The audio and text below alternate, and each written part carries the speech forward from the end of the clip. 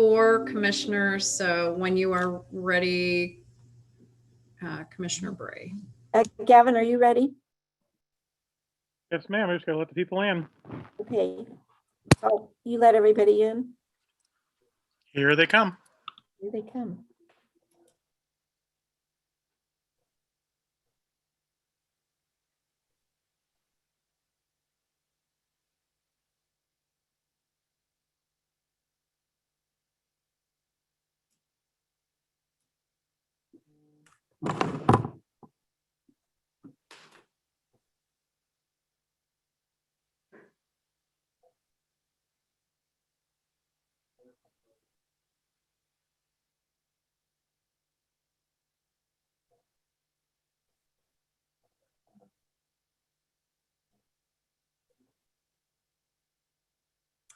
Okay, looks like we're holding steady here on attendees coming in. So welcome everyone to the Planning Commissioners meeting, April 7th, 2021.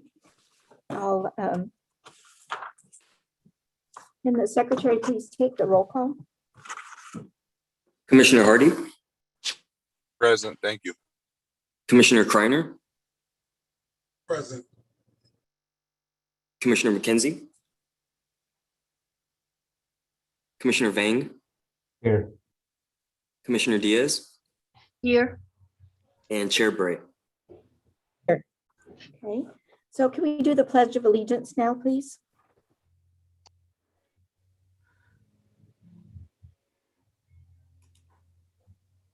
Okay, ready, salute.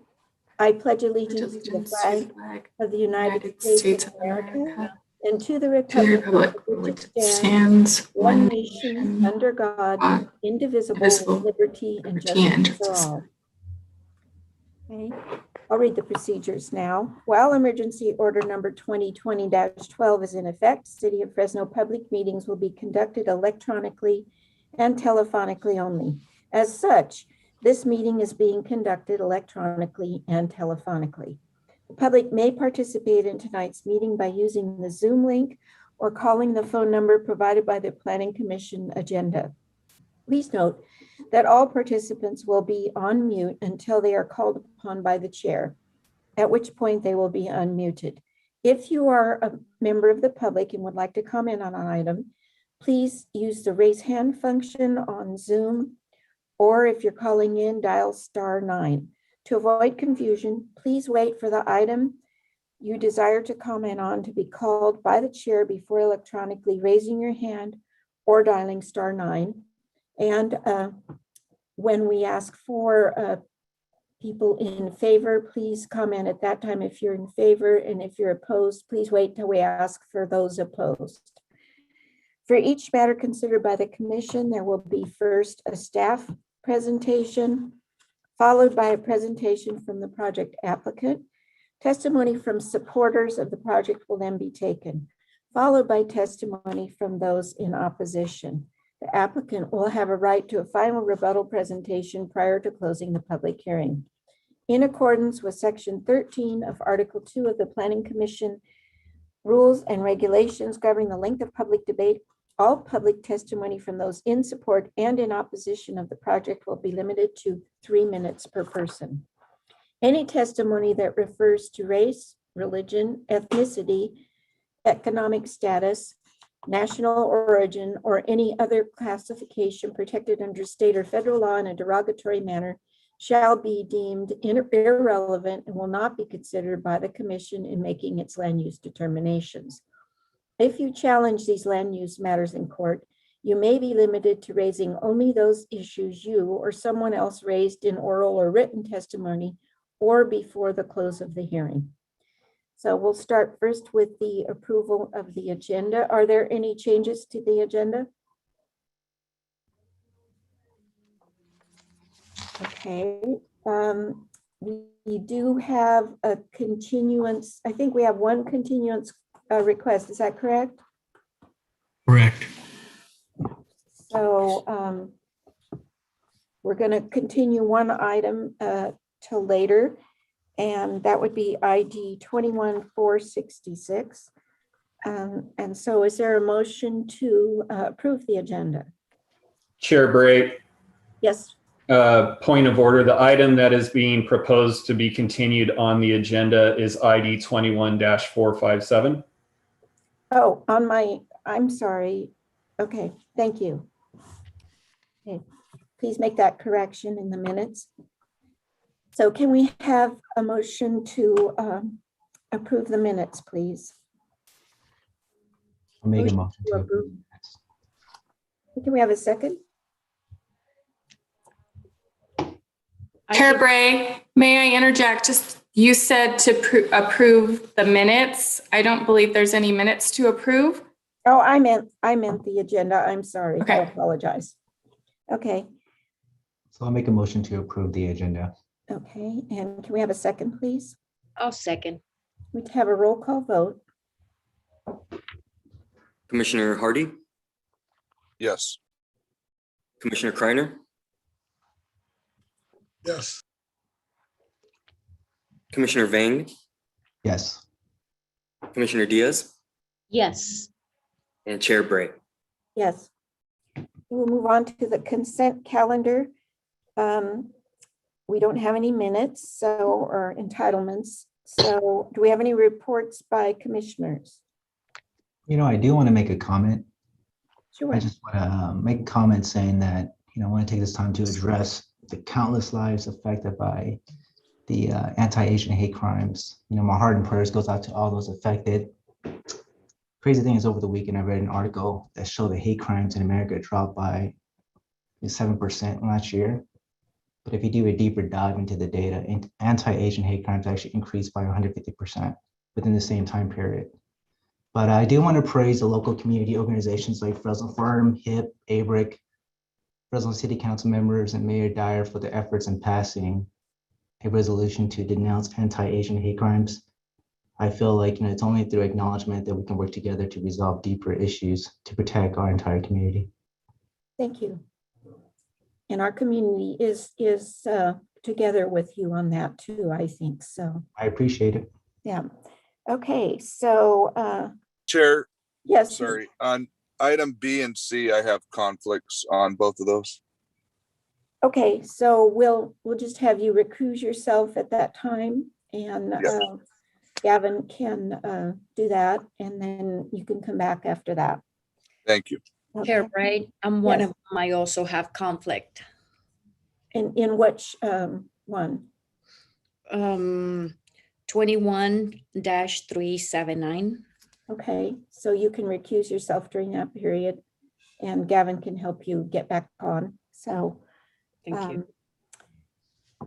okay, so we continued, moving on to continued items, which is Can I pause for just a second? So Commissioner Hardy had and C. B and C, and Commissioner Diaz, which number was it? A? I have ID 21-379. I don't have that one on my I agenda. don't see that on this agenda. Yeah, it's not on here. Okay. Thank you. Apologize. Okay, I just wanted to make sure we were gonna have a quorum, but it's not on there, so I think we're good. Okay, thank you. Okay, so we'll move on to continued matters, ID 21466, consideration of plan amendment number P20-01665, a rezone application and the related environmental assessment number. So can we have a staff presentation, please? Chair Bray, I need to interject briefly. Good evening, commissioners. As you know, my name is Rena Gonzalez. I'm a senior deputy city attorney. Just wanted to provide a brief reminder due to the technical difficulties we had last week. Some items are returning that were continued from that meeting. And I just want to make sure and confirm that the commission should not draw any conclusions until they have heard all the testimony presented during the hearings this evening. Thank you. Thank you. Okay, so can we have the staff presentation, please?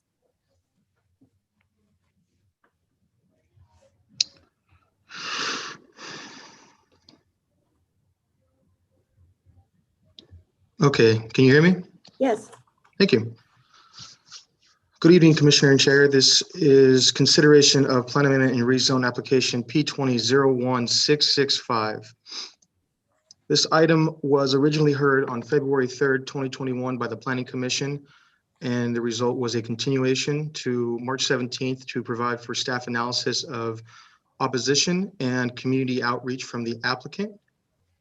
On March 17th, it was then later continued due to further time requested by staff to reach out for the opposition provided at that time.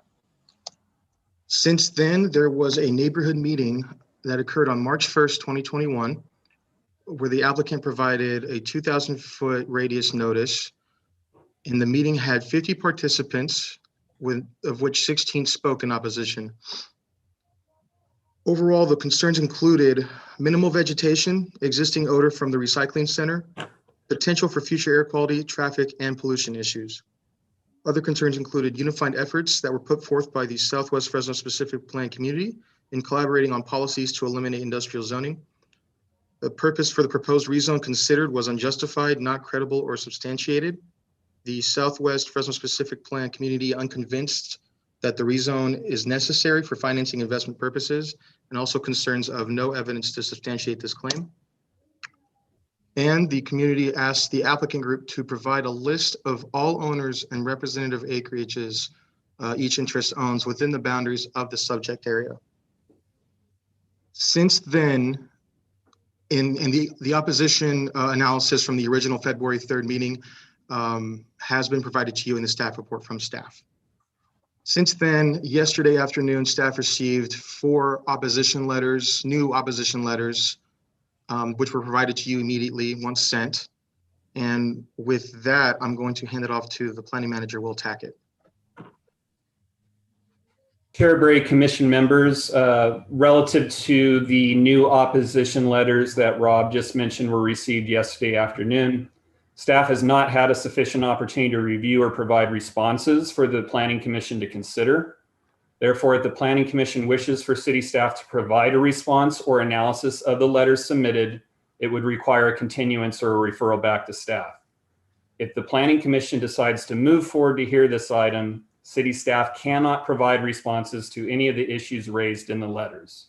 Please consider that in your actions moving forward. Thank you.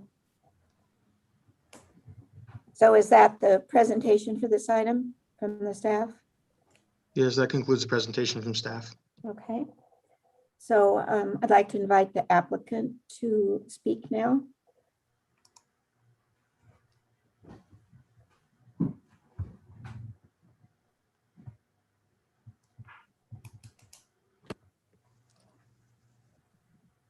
Gavin, is the applicant here? Hi, can everybody hear me? Yes. This is John Kinsey, Wanger Jones Helsley, appearing on behalf of the applicants. We actually received an email from the city attorney's office, and I believe that Ms. Gonzalez was CC'd on the email, saying that staff would be requesting a continuance this evening. And as a result of that communication, we actually had numerous people who were wanting to testify, including some expert witnesses who had been who were going to be here specifically in response to some of the questions that have been raised by members of the public. After getting this email saying that staff was going to be requesting a continuance, we actually called them all off because we didn't want to waste their time. In the event of, as a result of that, I think our understanding was that staff was going to be requesting a continuance. That didn't occur. And unfortunately, that puts me in a little bit of an awkward position because none of the people that I had ready to speak today are on the Zoom call. So as a result of that, unfortunately, we do need to have a continuance so we can get the landowners here, the expert witnesses here, and I wish that it had been communicated to me that that this was an item where that was going to go forward. So as a result of that, I think we're in a position where we really do need a continuance because the landowners are not here as a result of the email that I got. Thank you. So it sounds to me like we're not ready. The staff doesn't have information on the letters were received. I've read them, and there is some conflict between the letters, and then obviously they're all opposed to this project. So it's my feeling that we should have a continuance. Can I hear from the other commissioners, please?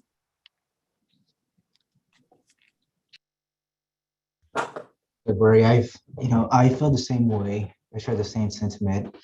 I just feel with the turnout that we did have today, about 119 participants.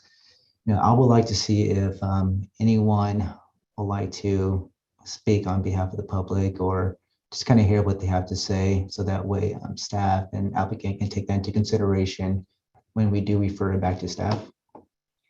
So I'm not sure how that works with our procedures. Can we continue something but still hear comments on it, Rena, or I'm not sure how that works.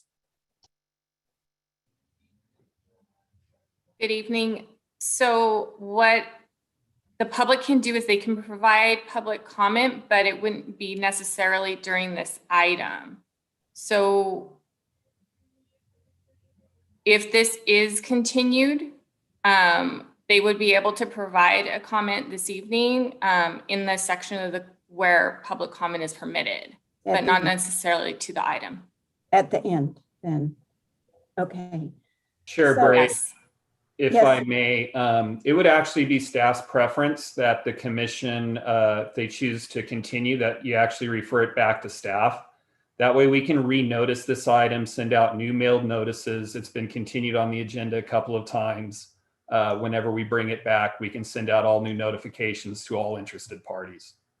And I would hope that somehow the people who are opposed to it or the people who are proposing it would get together with the people who are opposing it and try to work out something that makes sense for everyone. So, I understand, Peter, and we want to respect that a lot of people have shown up, but it looks like we just aren't ready to move forward with this. Do I have any other comments from other commissioners or a motion? I would like to pass a motion on this, on continuing this matter. Okay. I'll second. Okay. So we have a motion to continue with a second. Can we please have a roll call vote? Commissioner Hardy, Ray, Rena, point of order. If it's to be continued, can we either request a date certain or ask that the commission refer it back to staff, in which case we will renotice when the items is to be brought forward again? Right. So can you please specify whether you want to refer it back, which means that staff would determine when they would bring it back, or continue it to a date certain? My opinion is we should refer it back to staff so they can renotice and maybe get people to talk to each other. So Commissioner Diaz, I believe you said something as I was speaking. Just saying about the motion to refer it back to staff. Okay, thank you. Okay, so we have a motion to continue this, refer it back to staff, and that was seconded. Can we have a roll call vote, please? I just want to confirm that Commissioner Hardy is okay with the amended motion? Yes, I approve. Thank you. Okay, so can we have a roll call vote, please? Commissioner Hardy, Yes. Commissioner Kreiner, Commissioner Vang, Yes. Commissioner Diaz, Yes. and Chair Bray. Yes. Again, I would encourage the people who are making this proposal to try to work out something with the community that makes sense for everyone. So hopefully that can happen. Okay, so we will move on to ID 21467, which is consideration of a vesting tentative track map number 6333 and the related environmental assessment pertaining to 0.74 acres of property at Alhambra. We have the I just staff want to presentation, please. confirm, is this the one that Commissioner Hardy is recusing himself from? Yes. Okay. Thank you. Okay, I've put him on hold, so he's no longer a part of this. Please let me know when he's to come off of hold. Thank you, Gavin. Okay, can we have Rob, can we have your presentation? Absolutely. Good evening, Chair and Commissioners. Tonight, staff brings forth consideration of vesting tentative track map number 6333. The proposed map is located on the northwest corner of East Alhambra and North Van Ness Avenues. The subject property is located within an area that has been significantly developed with a mix of commercial uses. The immediate property to the north includes a hookah lounge, restaurant, and second space theater. The immediate property to the west includes a record store and restaurant. Immediate property across East Alhambra includes wedding chapel, and the immediate property to the east across North Van Ness includes a restaurant. Although not immediately surrounding the property, single-family residential development lies just east, southeast, northeast, and southwest of the subject property, and multifamily development lies just west and northwest of the subject property. This project is for a one-lot subdivision map for condominium purposes. This site plan for 18 multifamily dwelling units was approved by the Planning and Development Department on March 25th, 2020. The residential density for the multifamily complex is 24 dwelling units per acre. This is notable as the maximum dwelling units per acre for the zone district, being commercial Main Street, is 16 dwelling units per acre, but Fresno Municipal Code 15-2102 allows for a bonus density that may exceed this district by no more than 100%, and that would provide consistency with the 24 dwelling units per acre. The project also complies with all of the CMS development standards, including floor area ratio, transition standards, open space, landscaping, all applicable design guidelines of the CMS zone district, and parking, which I will extrapolate further towards the end of the presentation. Rob, may I interrupt you just a moment? Sure, We absolutely. just got a message from Commissioner Diaz. She needs to recuse herself from this. So Gavin, can you take care of that, please? So, Okay, Chair- she's on hold now too. Okay, Sorry. thank Chair you. Bray, that Yes. only leaves 3 commissioners to hear the Uh-oh. item. Okay. I would need Rena to weigh in. Do we need a quorum to hear the item? We would need a quorum for this to proceed. So this item will likely need to be continued again. Is the applicant available to agree to a continuance?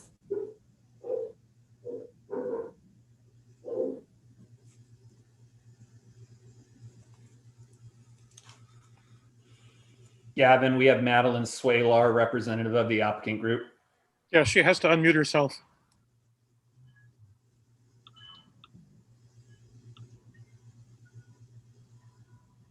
Hi, this is Madeline Quayla with Granville Homes regarding ID number 21467. We would not want to continue this item as it has been continued before last month. I mean, I don't know where we stand on this because no one is here, but. Rena, we can't vote on it, correct? Because we don't have. Right. Ms. Cuellar, I'm sorry if I said that incorrectly. I apologize. I was not informed prior to the meeting on the necessary recusals. Had I known, we could have provided you some notice. And we do have an absence this evening. So I think that if it comes back, we would need staff to confirm that there will be quorum, given that we now know there's 2 commissioners that need to recuse themselves. And I apologize. So would we be on the agenda for the 21st then? I would defer that question to Jennifer Clark or Will Tackett. Chair Bray and Madeline, yes, we can continue this to the hearing to be had on April 21st. Okay, then yes, we, the applicant, agree for continuance for April We 21st. apologize, Madeline. So I'll make a motion to continue this until the next Planning Commission meeting on, is it April 17th, did you say, Will? The 21st, sure. 21st. Okay, so we, can I have a second, please?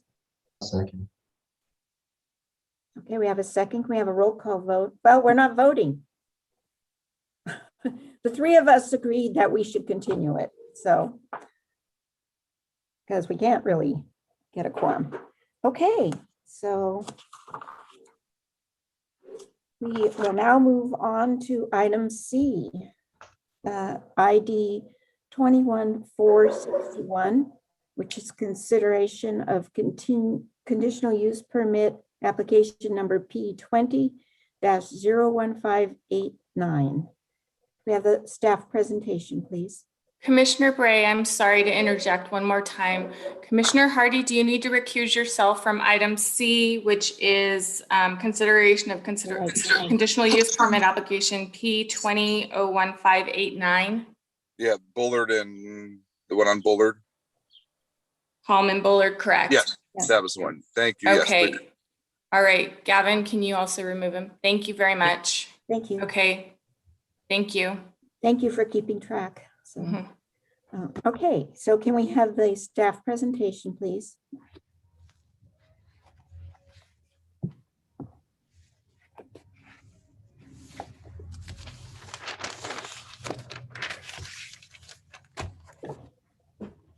Well, good evening, commissioners. Can everyone hear and see my screen okay? Yes. Yes. Okay. This is Thomas Veach with the Planning and Development Department, and I'm here to present conditional use permit P20-01589. Okay, this application is for a proposed cellular tower at 5747 North Palm. It's at the southwest corner of Palm and Bullard. The applicant proposes to construct an 80-foot new mono-eucalyptus telecommunications tower and a facility utilizing an existing footprint of a structure. Okay, and then this is an aerial photograph of the site. And as you can see, the proposed location is within an existing building towards the back of the shopping center. The proposed project, it's in its own community commercial and encompasses the corner of the site. To the west of the property, it crosses into the county, and the areas shown that don't have a color are as in the county zoned. And then along Palm to the south of the property, it gets into some purple office zoned uses.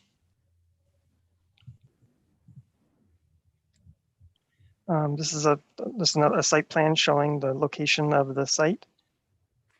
And then I have a detailed slide here that kind of gives a better view. And so within the footprint of that existing building is where they're proposing to construct this tower and have the equipment housed. And this is an elevation of the proposed project. And as you can see, it's disguised as a eucalyptus tree that will cover the equipment. And then the base of the base of the facility is being, it's the walls of an existing building, so that it will screen the ground-based equipment. The applicant has provided some photo simulations that give various viewpoints around the area of what the tree would look like. So you can see that this is from Morris Avenue looking east towards the tower. And you can see it would fit in with some of the existing trees. And then this is another simulation from West Bullard looking south towards the tower. And you can see what it would look like with the tower was constructed. I have another one. This is North Palm looking southwest towards it.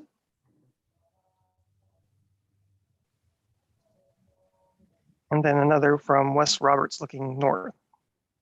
And again, it's because it's disguised as a eucalyptus tree, it would fit in with some of the existing trees. A notice of intent to take action was mailed to property owners within 1,000 feet of the project. Several calls and emails were received in opposition to the proposed project. Multiple concerns were raised, such as the health impacts of radio frequency signals. There was opposition to the proximity of the commercial project to the surrounding residential uses. And there was also objections to just a commercial project in general being added to the neighborhood. There was also concerns that for property values and that the negative impact of the aesthetics. Some residents had requested extensions of time for public comment. A letter of protest was received on behalf of 39 other residents. And several had requested being notified of the action taken by the director. In response to some of these comments, in response to health concerns, under federal law, the city is prohibited from regulating radio frequency environmental effects beyond what is required by the Federal Communications Commission. In regards to the proximity and zoning, the project is on a commercial zone district. And that being said, the city has a specific policy and procedures in place for communication towers. And those, so long as a tower would comply with these requirements, they're not limited to just commercial zoning or a specific zoning district. It could be in any of the zoning districts, so long as it complies with our regulations. And then further, in response to some of the concerns about appearance, as was shown, the project is disguised as a eucalyptus tree. And then, as I had mentioned, the base is completely screened by the repurposing the existing structure. And the project's been further conditioned that the tree design components are to be maintained annually so that it will stay in good condition. And the applicant has proposed as many accommodations as they can just to improve the appearance of the cell tower compared to some of the older cell towers in the city. Based on these facts, and that the project meets the city policy where appropriate, and then the conditions that have been made, it's not considered to be detrimental to the adjacent or surrounding residential properties. And therefore, consistent with findings that need to be made for conditional use permits, detailed in the full report and the full findings, staff have concluded that the findings can be made. And so therefore, on January 29th, the project was conditionally approved, and then a notice of action was mailed to those that requested notification. On February 8th, Councilmember Carbasi submitted an appeal on behalf of the surrounding residents, and so that the project could be heard from the Planning Commission. And then another notice of public hearing was mailed to property owners on March 5th. Based on the report and the presentation, staff recommends that we adopt the environmental assessment for the project, and as well as deny the appeal and uphold the action of the Planning and Development Director for this conditional use permit. Thank you. Do any commissioners have questions for Thomas? Okay. Can we have a presentation from the applicant? The applicant is Kevin Gallagher, and he also has some associates that would like to speak as well. Okay.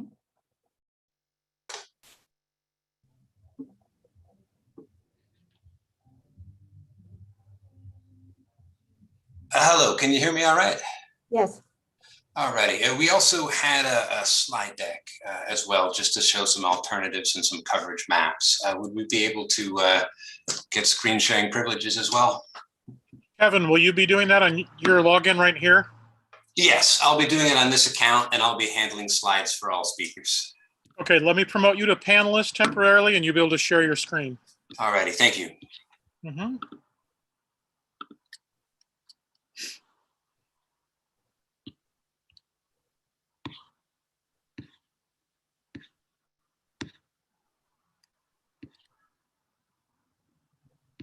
Is everyone able to see my screen? Yes, I can see it. Alrighty, thank you. Thank you, staff, for the presentation. My name is Kevin Gallagher. I am here this evening from Complete Wireless Consulting on behalf of Verizon Wireless to ask the Planning Commission to uphold the administrative approval of this project. There will be several of us speaking this evening. I will speak to the alternatives that were considered and briefly on the aesthetics. Walt Coles, the Verizon Wireless Radio Frequency Engineer for the area, will speak to the need, the technical need for the facility. Bill Hammett is an independent third-party RF engineer who will speak to RF safety. He'll also be available to answer questions. We'll all be available to answer questions.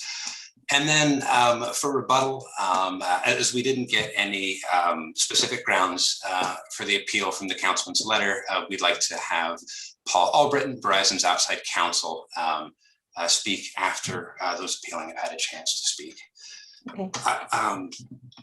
Okay. So we have been working to improve coverage in this part of Fresno since 2015.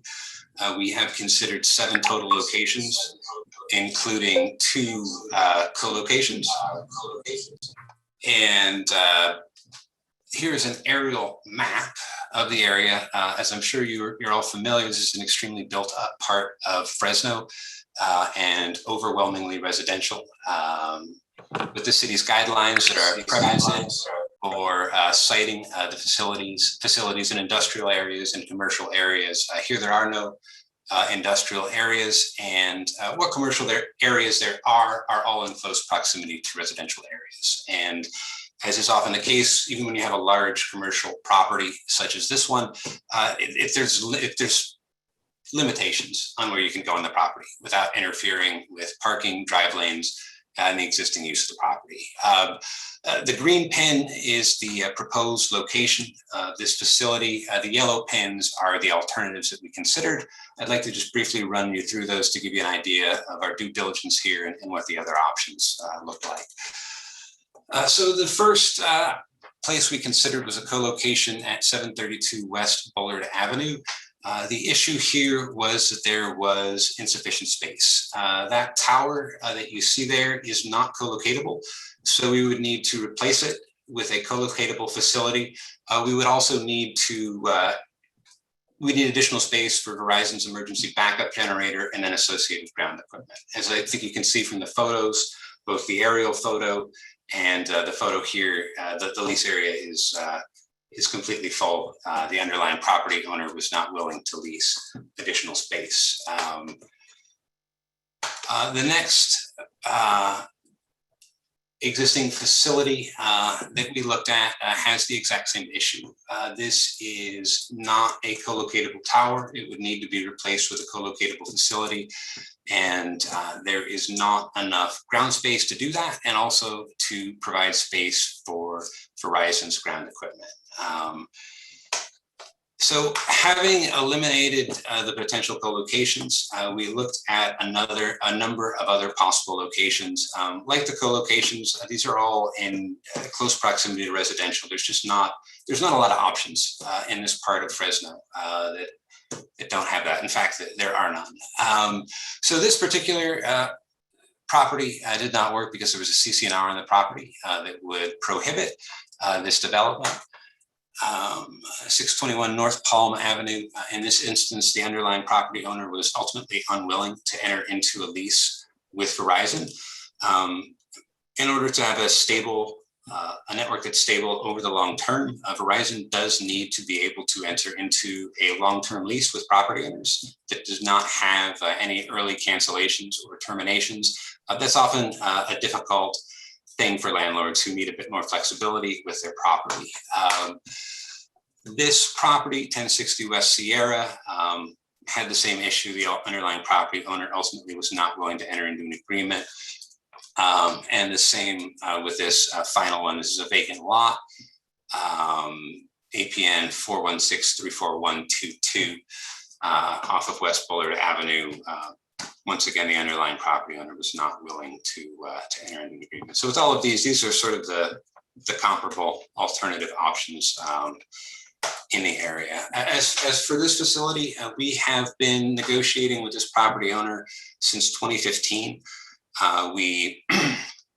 Excuse me, we did not finally enter into a lease until 2020. Once we had a lease agreement, and we've been working with staff since then to ensure that we have a facility that complies with all requirements of the Fresno Code and the guidelines for wireless facilities. So we've gone with a broadleaf tree, as that blends best with the existing foliage in the area. I would also like to stress that this will be a fully co-locatable facility. Unlike the existing facilities, if another carrier has a similar coverage gap in this area, they would be able to go on this tree and go within our existing our lease area. That lease area is repurposing an existing structure. As staff said, those concrete masonry unit walls are 11 feet tall. It will completely screen the ground equipment, the generator, and just provide excellent screening of the ground equipment. At this point, I would like to turn it over to Walt Coles. Walt is the Verizon wireless engineer for the area. I'll keep doing the slides, but if you could unmute Walt and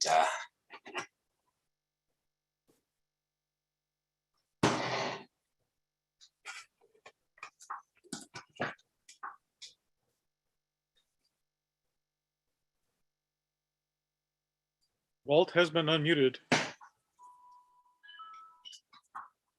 Talking, but no one's getting me. we hear you now, Walt. You got me? Okay, there we go. Thank you. I hear a little bit of an echo, but I'll try to get by that. Good evening, commissioners. As Kevin has said, my name is Walt Coles, and I'm the RF design engineer for the Fresno market. I started my telecommunications career in the early 90s in the Air Force, and then came back to my hometown of Fresno and was assigned to actually the 144th Fighter Wing here in Fresno. Took a position in 2001 with Verizon, and then was asked by my management to take over the RF design position in 2014 with the expressed interest in trying to work with the city and with the current technologies to provide co-locatable and aesthetically appealing towers within the Fresno area to create a better just solution overall for what we can do with the current technology with ourselves and our competitors. Next slide, please. This slide represents our current coverage within the area. This shows our layer of coverage in our AWS area, which is our primary carrier that most of our data rides upon. The large red area represents the poor coverage. The green areas around the pie-shaped objects are our current sites. And you can see that there is what we call a service gap area in the proposed area that we're trying to cover. Next slide, please. And this slide shows what the proposed site would do once it's in service. The green area around the site shows that it fills in the area quite well. It meets the coverage objective for the area. It serves an area of approximately 3 square miles with a population of approximately 13,000 people and 5,800 households in the area. Next slide, please. This is a real-time measurement that we took with one of our tools called the TrueCall, which actually takes customer data in the gap area that we're talking about over a 24-hour period. And this was done on March 10th, just this last month. And the customer devices report the data in the network back to our tool, and the coverage that's shown there in the red is the poor coverage. The white is almost non-existent. The star in the middle shows the proposed facility that we're talking about this evening. And I think that might be the last of my slides. I'll turn it over to Bill Hammett at this point. Thank you.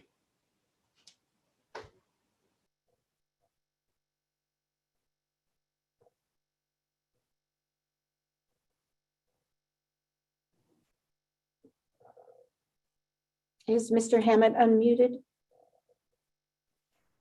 I'm trying. How about now? Yes, it looks like I am unmuted. Yes, you are. Thank you, Chair Bray and Commissioners. My name is Bill Hammett. I'm a registered professional engineer in the state of California and other states. I manage a firm of 18. We're located up in Northern California. And a regular part of our professional practice is the calculation and the measurement of radio frequency exposure conditions. This has been my principal focus for 36 years. In that time, we've done over 20,000 site evaluations, and McGraw-Hill has published my book on this topic. As engineers, our job is really straightforward. What are the exposure levels and how do they compare to the standards? And since we deal just in facts, we work across the field consulting for wireless carriers, for cities and counties, for broadcast stations, and for private landlords. What I wanted to do is just report that the staff was correct in its representation that there is a threshold condition, and that is the FCC limits.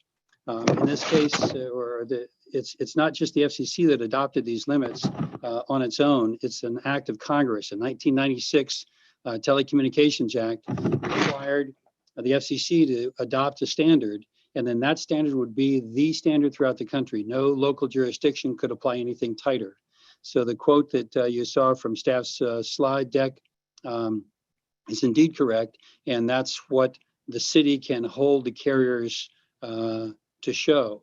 And in your packets is a report by another consultant. I've conducted a peer review, done my own independent analysis of that, and I can confirm the conclusions of that report that this facility will comply with the FCC limits. There are two key design factors, scientific factors that make this so. One is the fact that these antennas are mounted as high as they are, and they're 8 feet tall, which allows the energy to be focused down and pushed out toward the horizon. There's 1,000 times less going down from the antennas than there is going out.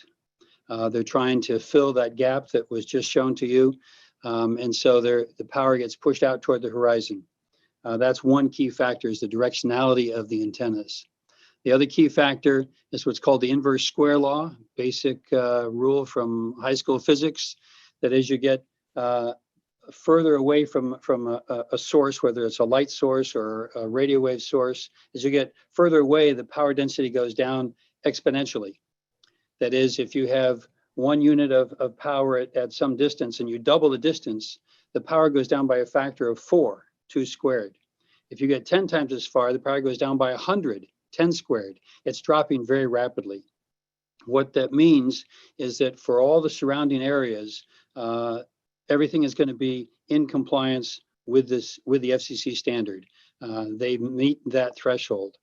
And so there are few guarantees in life, but I can guarantee from the 36 years of work and the 20,000 site evaluations that this facility as proposed will comply with the FCC limits.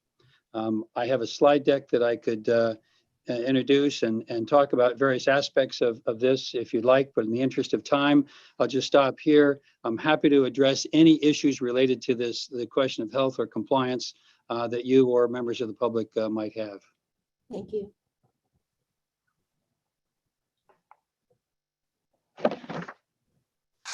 And that concludes the applicant's presentation. As I said, we would like to have Paul Albritton speak in rebuttal, but we're happy to answer any questions that the commission may have. Do any commissioners have questions of these gentlemen at this time? Okay, so we'll move on to the public comment, and we will first go to anyone who's in favor of this project.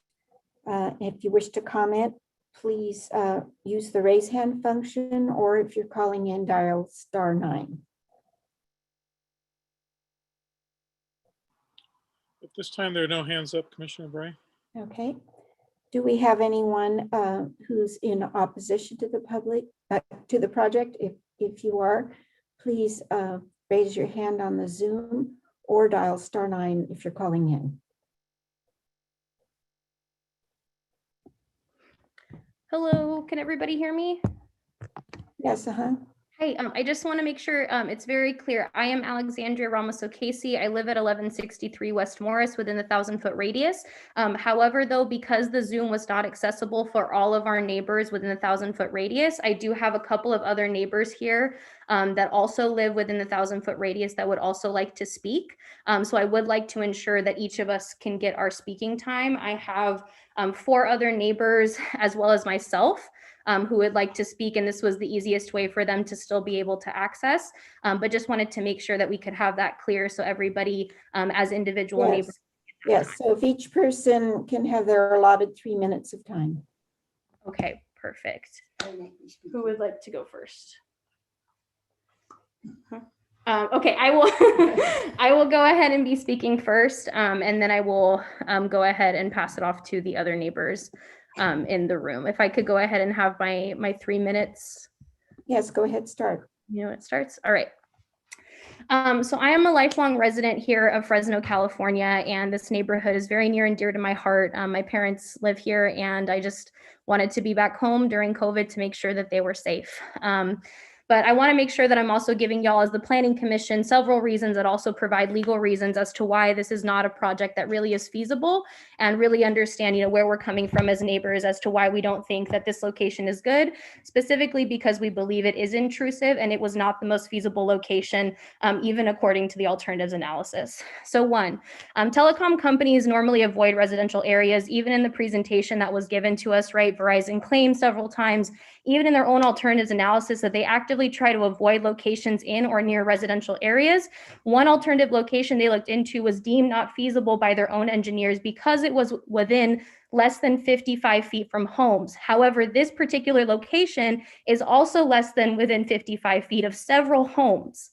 There are literally homes here where this is within their backyard. So I do not understand that if their own engineers are going to use the criteria of 55 feet being too close and too visible and too intrusive for our residential areas, then how come the same criteria was not applied for this particular location? 2, location is not most feasible. Verizon has not proven that this location is in fact the most feasible location for this structure. Even by many listed standards of their own alternatives analysis, this location is not ideal because it is within less than 55 feet of several homes, within 1,000 feet of several schools of the Bullard area, including Bullard High. We have the Rataw Middle School, we have Gibson Elementary School, we have several schools, Tenaya Middle School, all within this area. Many of them, even the Performing Arts Center of Bullard, is within 1,000 feet of this proposed structure.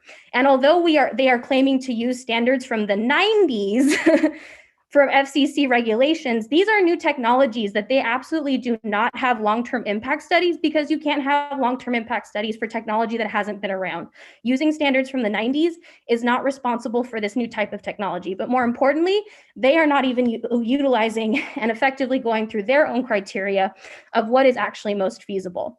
A quick review of the alternatives analysis for this project makes it clear that this was simply the location that they could push through the quickest, and they did not consider any of our sentiments or consent as neighbors who would live next to this every single day. In addition, I think this presentation even made it more clear that they provided that so many of even the business owners weren't even willing to go into a lease agreement with them. That means not only that you have over 100 residents, I want to make this very clear, this is not just myself and the folks in this is over 100 residents within the 1,000-foot radius and surrounding areas who are opposed to this. They did not consent to us. They did not talk to us about this was something if we wanted. And more importantly, this is not a feasible location. This is an intrusive location, even by the standards of their alternatives analysis. 4, lack of transparency.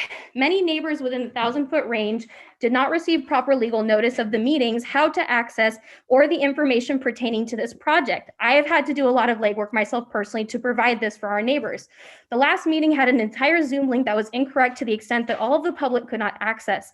In addition, Verizon has had a lobbyist making calls on their behalf, name Carrie Catalano, who is not officially registered with the city as a lobbyist, which is illegal. This is required by law for them to be registered as a lobbyist with the city of Fresno. Carrie Catalano called Mike Carbasi, the city councilman who is the representative for this area. In addition, we want to ensure that these legal reasonings are introduced and are considered, and I hope that you see and understand that this is 100 residents strong. There are a lot of folks that don't want this to happen, and we really wish that Verizon had at least tried to talk to some of us before putting this in the neighborhood. Thank you for your consideration. I'll go ahead and make sure I can pass off to the other neighbors. Okay. We have the next person, please. All right, he's coming.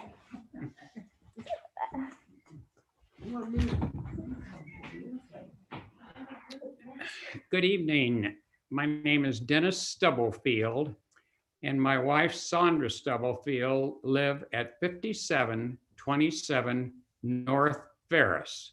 We are 1 block from Bullard High School, and we think without a doubt that this is not the place to put this tower. We will probably be, we have lived here for 50 years, and we will probably want to be selling our house, and our house is not going to be worth nearly as much to end up doing so. So we ask that you do not put this tower where you're talking to do so here.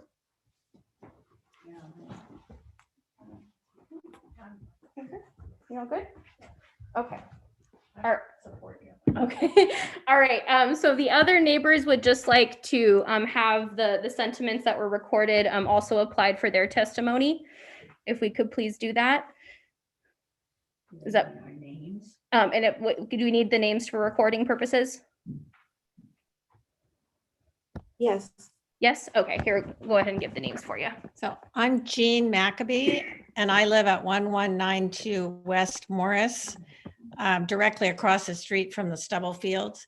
And I concur with Alex's comments. And my name is Carol Stubblefield, and I am related to the other Stubblefields, but I live in the middle of the block, about 3 houses up from where this new proposal is.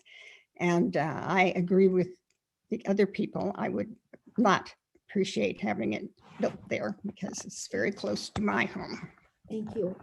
Rena, we just got a message from Commissioner Kreiner that he has to go off in 2 minutes, which is going to leave us without a quorum again, I think.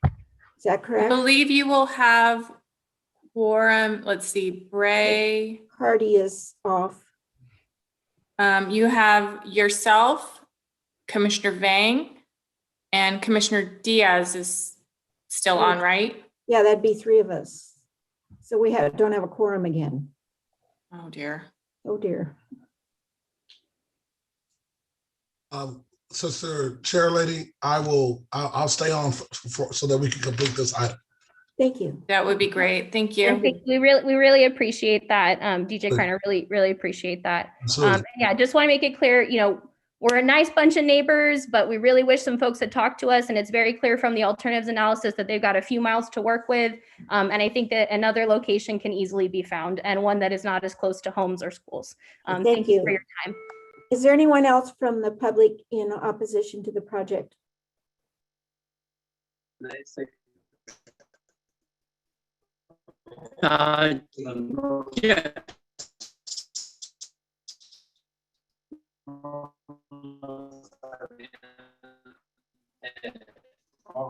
Good afternoon. Hello. Hello. Can you state your name? Yes. Lucero. Lucero. Okay. You got it? Okay, anyway. Yeah, I think we're good. Good, okay. Well, I know that there's a huge efficiency in the presenters, and I note that they never discussed alternatives. And I did recommend one of the alternatives, which is nowhere near any residential properties, and that's over on the corner, the northeast corner of Palm and Herndon.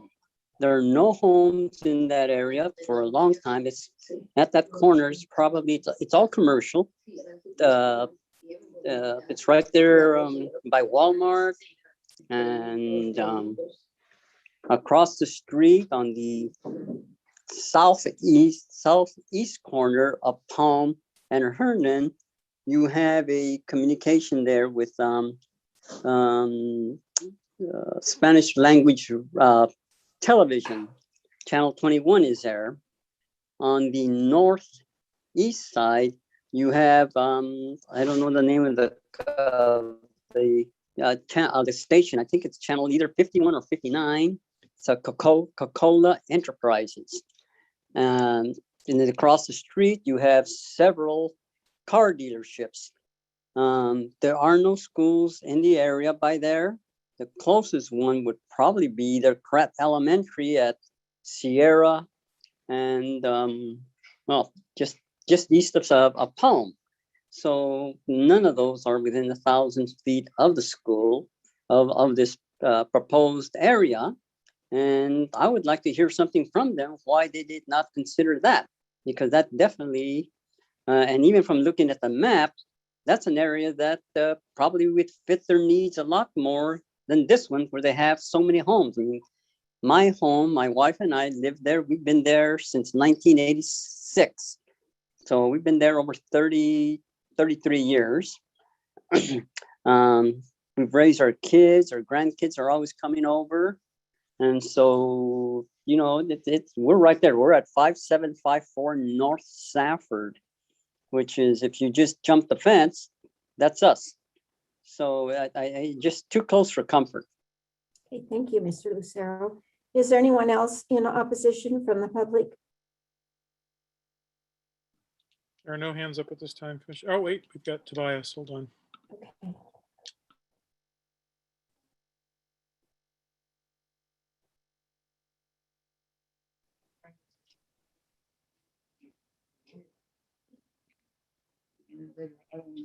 Hello. Hello. Hi, my name is Tobias Brookins, and I also live in the area. And quite frankly, I just wish that we would listen to all of our residents. And this is for the project that was up on the table before in West Fresno, which actually I came to the meeting to oppose. But now that this is on as well, and I actually live in this area, work in the other area, if we could just listen to our residents, we know what's best for our communities. And so I would just hope that this great board would consider that greater than any of the information that these proposals that companies are bringing in.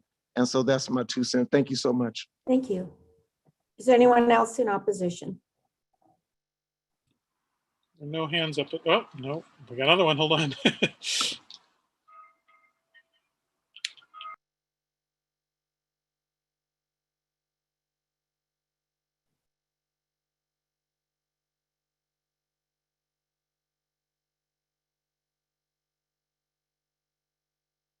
Ruben, you need to unmute yourself.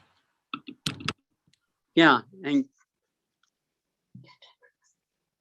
okay. Yeah, keep pressing. Oh, there we go. Okay.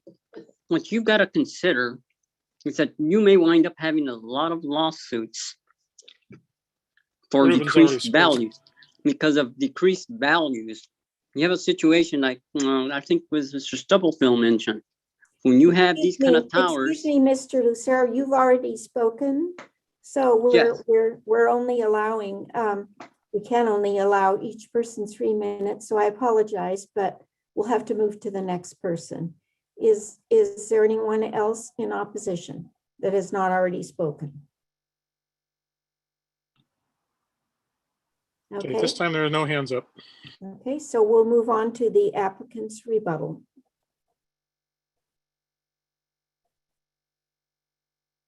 If I can get him to raise his hand again to identify him.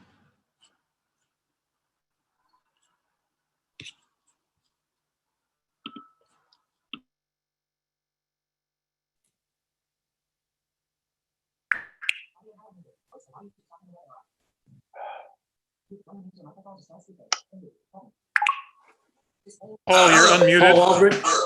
Go ahead. Paul Albritton here, outside counsel for Verizon Wireless. I assume you can hear me. Yes, we can. Okay, thank you so much. And thank you for all of your time this evening. I'll try and be brief. I understand you've got a tight schedule to keep a quorum.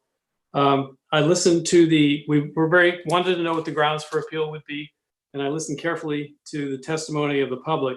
I'd like to respond first to the claim that this was a very quick decision by Verizon Wireless. As you heard, Verizon Wireless has actually been looking for 6 years to find the right location to place this wireless facility in a very important location that will provide service to 13,000 residents. And we take these decisions very, very seriously. And as you can imagine, placing this kind of structure to serve the community is difficult.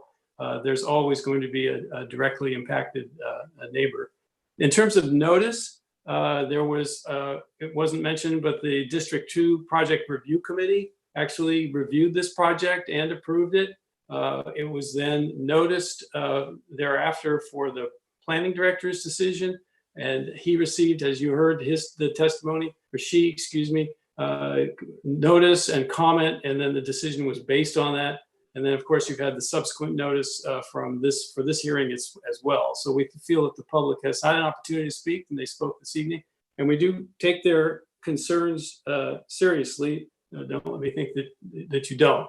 But I'll say very quickly, as you heard, under the federal law, decisions can't be made by this board based on the environmental effects of radio frequency emissions. Bill Hammett has been here to show you that this site on the ground, anywhere on the ground, will be a very small percentage of the FCC standard. And that prohibition extends to concerns about property values, where it's considered to be a proxy of concerns about RF emissions, and there is case law on that issue that confirms that any denial based on property values that is a proxy for RF emissions is also barred by federal law. The second federal law issue that's important for you to know is that with telephone wireless facilities like this, you need to have substantial evidence to deny. I know you need substantial evidence to approve a CUP, and that's why we've complied with all code requirements, setback requirements, and everything else, and that's what the staff told you. But to deny under federal law, you have to have substantial evidence to deny. And what you heard from the neighbors were generalized objections to the facility, but no evidence of violation of any kind of code or any other requirement that would give you the evidence or the opportunity to deny the site under federal law. And then finally, under federal law, you can't deny a facility that would constitute a prohibition of service. And that's why we had Walt tell you, your neighbor, Walt, our RF engineer, that we've got a significant gap. We've got a large area that needs to be served. The second, Kevin told you that we did a very, very careful 6-year review of adjacent properties with negotiations and our alternatives analysis to show, and the standard is that this site is the least intrusive to provide the service to the gap that Walt has identified. And as you saw from Walt's maps, these facilities are located like sprinklers on a lawn. So you can't just move them around half a mile this way or half a mile that way. They need to provide service. We want to have the least number of towers to provide that service. Having shown a significant gap, and least intrusive means we've demonstrated that any denial of the facility would constitute a prohibition of service. We're not concerned about litigation. And Verizon Wireless, my firm spends its time mostly defending local jurisdictions from litigation, and we indemnify you for those things. So, and the reason we've prepared the RF information and alternatives analysis information is to provide documents that would defend you in court for this decision. This service is essential to the residents of Fresno. I'm sure you know, particularly today, for telemedicine and for teleeducation and everything else, wireless service is essential, and it's essential to community. I heard that there was one specific location that was identified by one of the neighborhood representatives. I defer to you, but if you want Kevin Gallagher to respond to that specific location, I'm sure he's able to do so. But otherwise, unless you have any questions for me, concludes our presentation for this evening and my rebuttal. Thank you. Thank you, Mr. Albritton. Okay. I thought I heard someone speaking. Oh, that's me. Okay. So I guess we'll now close the hearing. So can I have comments from commissioners or a motion? Commissioner Bray, I just had a question to the applicant. I mean, the common theme from the speakers is the lack of communication.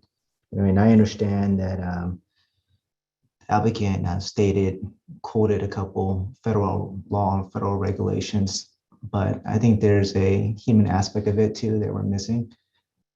I just want to know, I know they sent notifications out, but were there any kind of engagements within the local community in regards to the situation itself?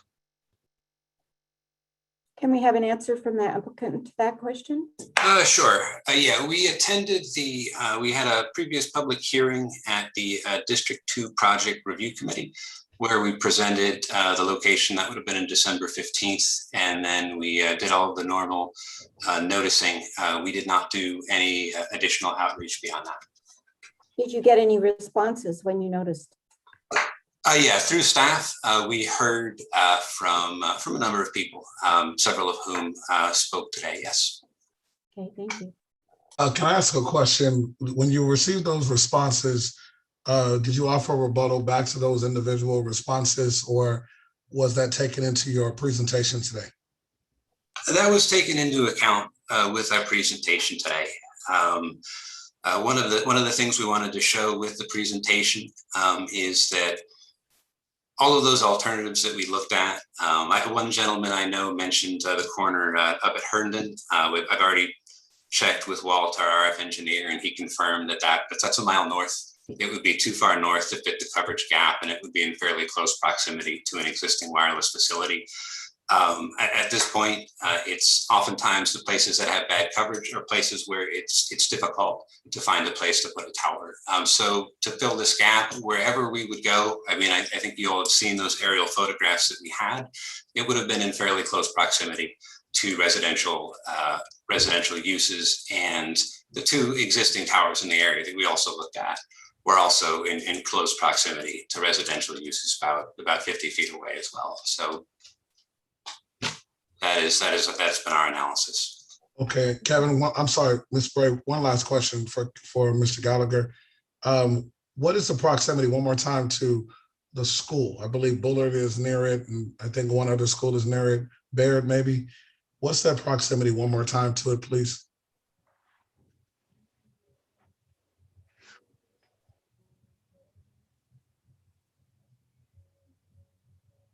Sorry, I muted myself. The nearest school would be about, I believe, a quarter of a mile away. Let me just confirm that very quickly. Yeah, the nearest school is 1,300 feet away, and yeah. Thank you, Ms. Bray. Thank you, Ms. Gallagher. There are other questions, comments?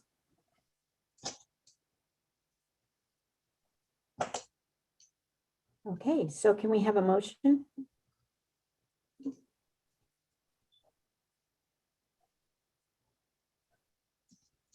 I would like to set a motion to adopt staff recommendation. Okay, do we have a second for that?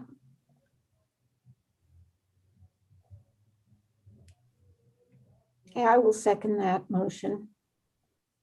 Can we have a roll call vote, please? Commissioner Kreiner?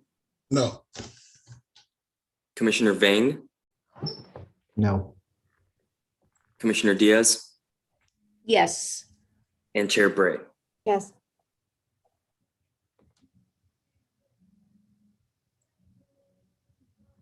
Chair Bray, this is Jennifer. You have a 2-2 vote. So essentially it is a technical denial unless you choose to consider an alternate motion. Okay, so Commissioner Vang or Commissioner Kreiner, do you have an alternate motion that would allow us to get together on this that would make it work for the neighborhood?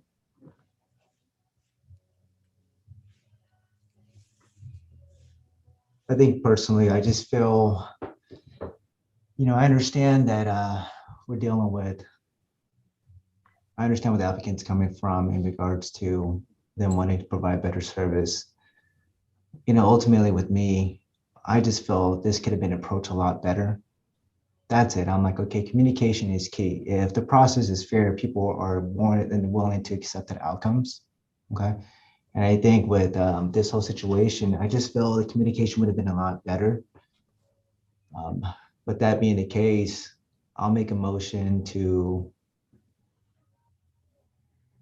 deny staff's recommendation to adopt environmental assessment number P20 and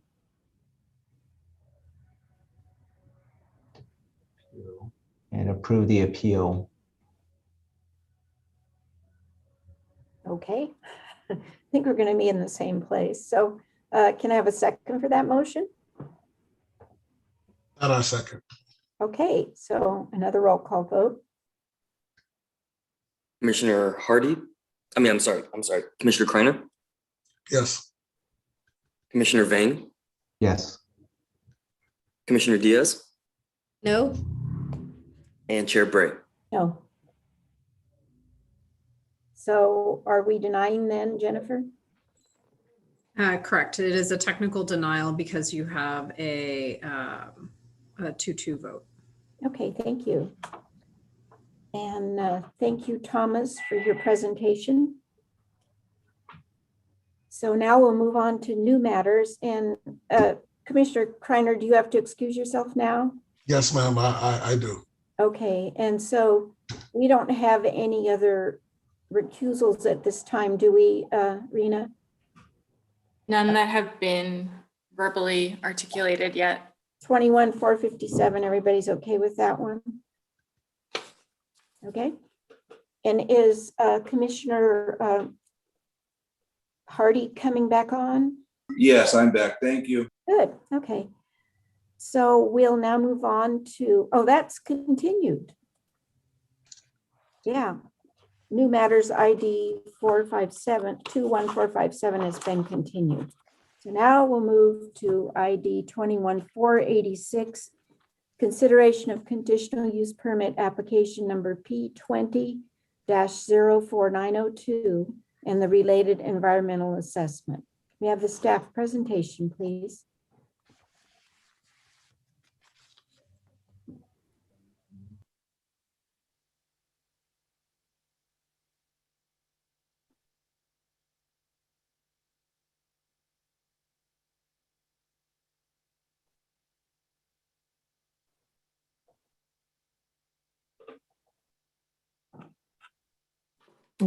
Good evening, Commissioners. This is Thomas Veach. I'm with the Planning and Development Department, and I'm here to present conditional use permit P20-04902. And this project, first I'd like to point out that there is a correction required to be entered into the record. The original PC report uploaded states the property is 4.05 acres. However, the project is actually approximately 4.66 acres. The adjusted density would be 9 dwelling units per acre.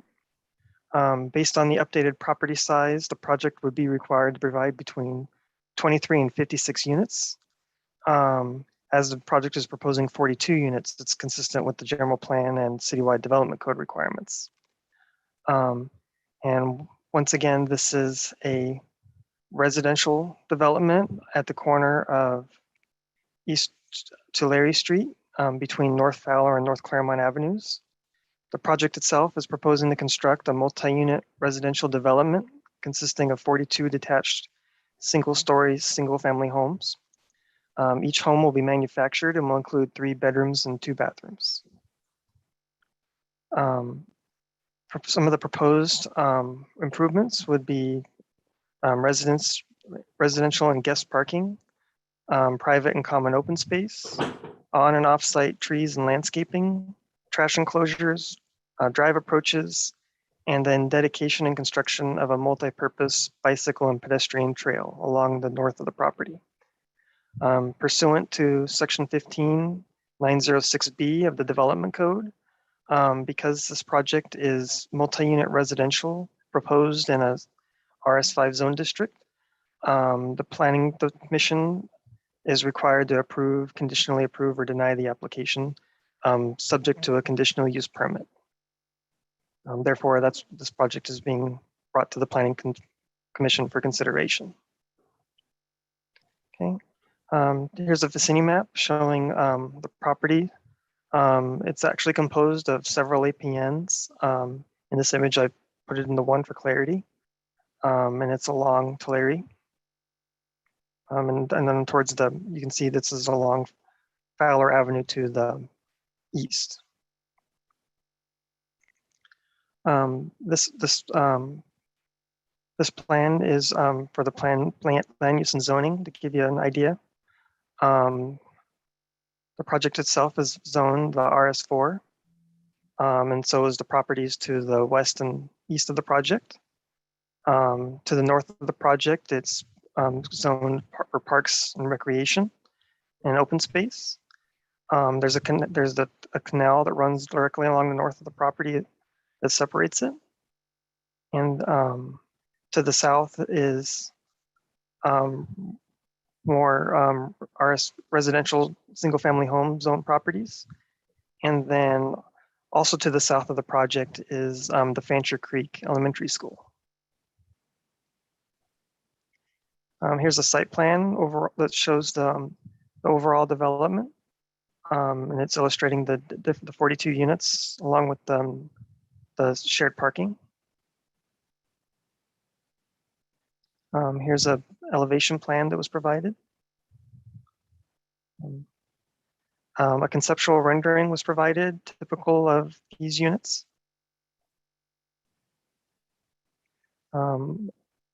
Here's a basic floor plan showing the typical 3 bedrooms, 2 bath floor plans for these units.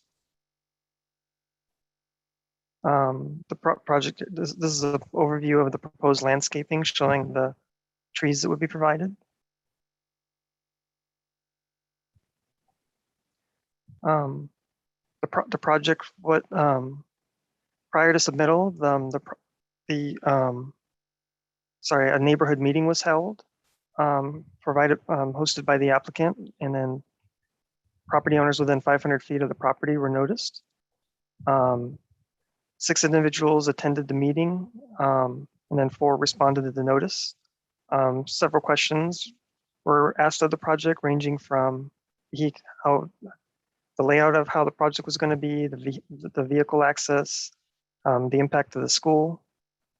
Summary was provided and attached as part of the overall report. A letter was also received in response to that notice that expressed opposition to the project, which is also attached to the PC report. The letter expressed concern about the project's impact to the Fancher Creek Parkway, and then also stated the project is inconsistent with the surrounding neighborhood. The project was reviewed by the Council District 5 Project Review Committee, and they recommended approval. As part of the Planning Commission public hearing process, a notice was mailed to property owners within 1,000 feet of the property. An email was received that requested the project be required to donate funds to the elementary school and help with the upgrades. A call was received in opposition of the project, stating that they stated the project was apartments and that it would cause crime to increase, and they recommended single-family homes on the property instead. In response to some of these issues, The project as condition is complied to comply with all requirements that involve the trail that would run along the north of the property. They would also be required to meet any requirements in regards to public safety. The project is consistent with several goals and policies of the general plan and our development code. And as I stated before, it's a permitted use subject to conditional use permit approval. To an extent, the project resembles single family homes, with the exception just being that they have shared parking. In response to the questions about the school funding, the project was reviewed by the Clovis Unified School District, and typical school facility fees were levied on the project.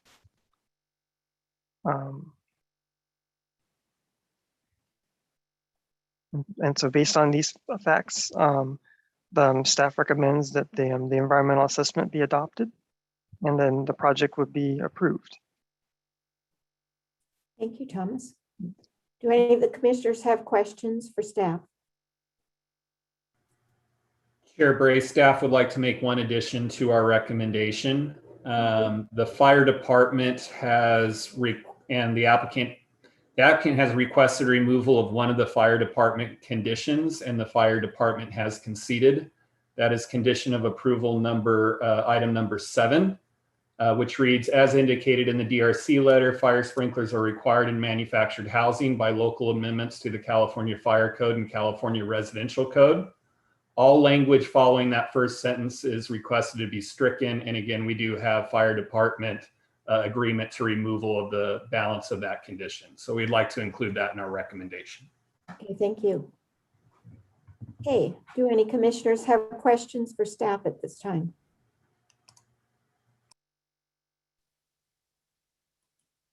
Okay, so we'll move on to the applicant's presentation.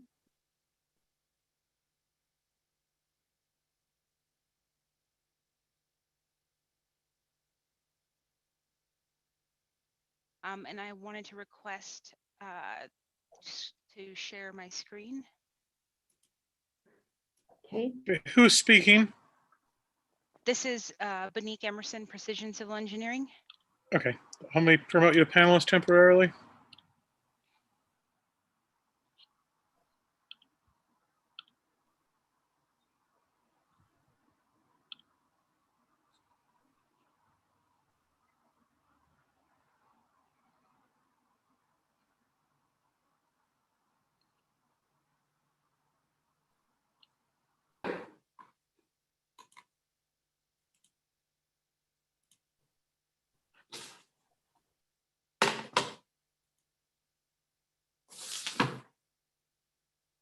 Again, good evening, Chair Bray, commissioners.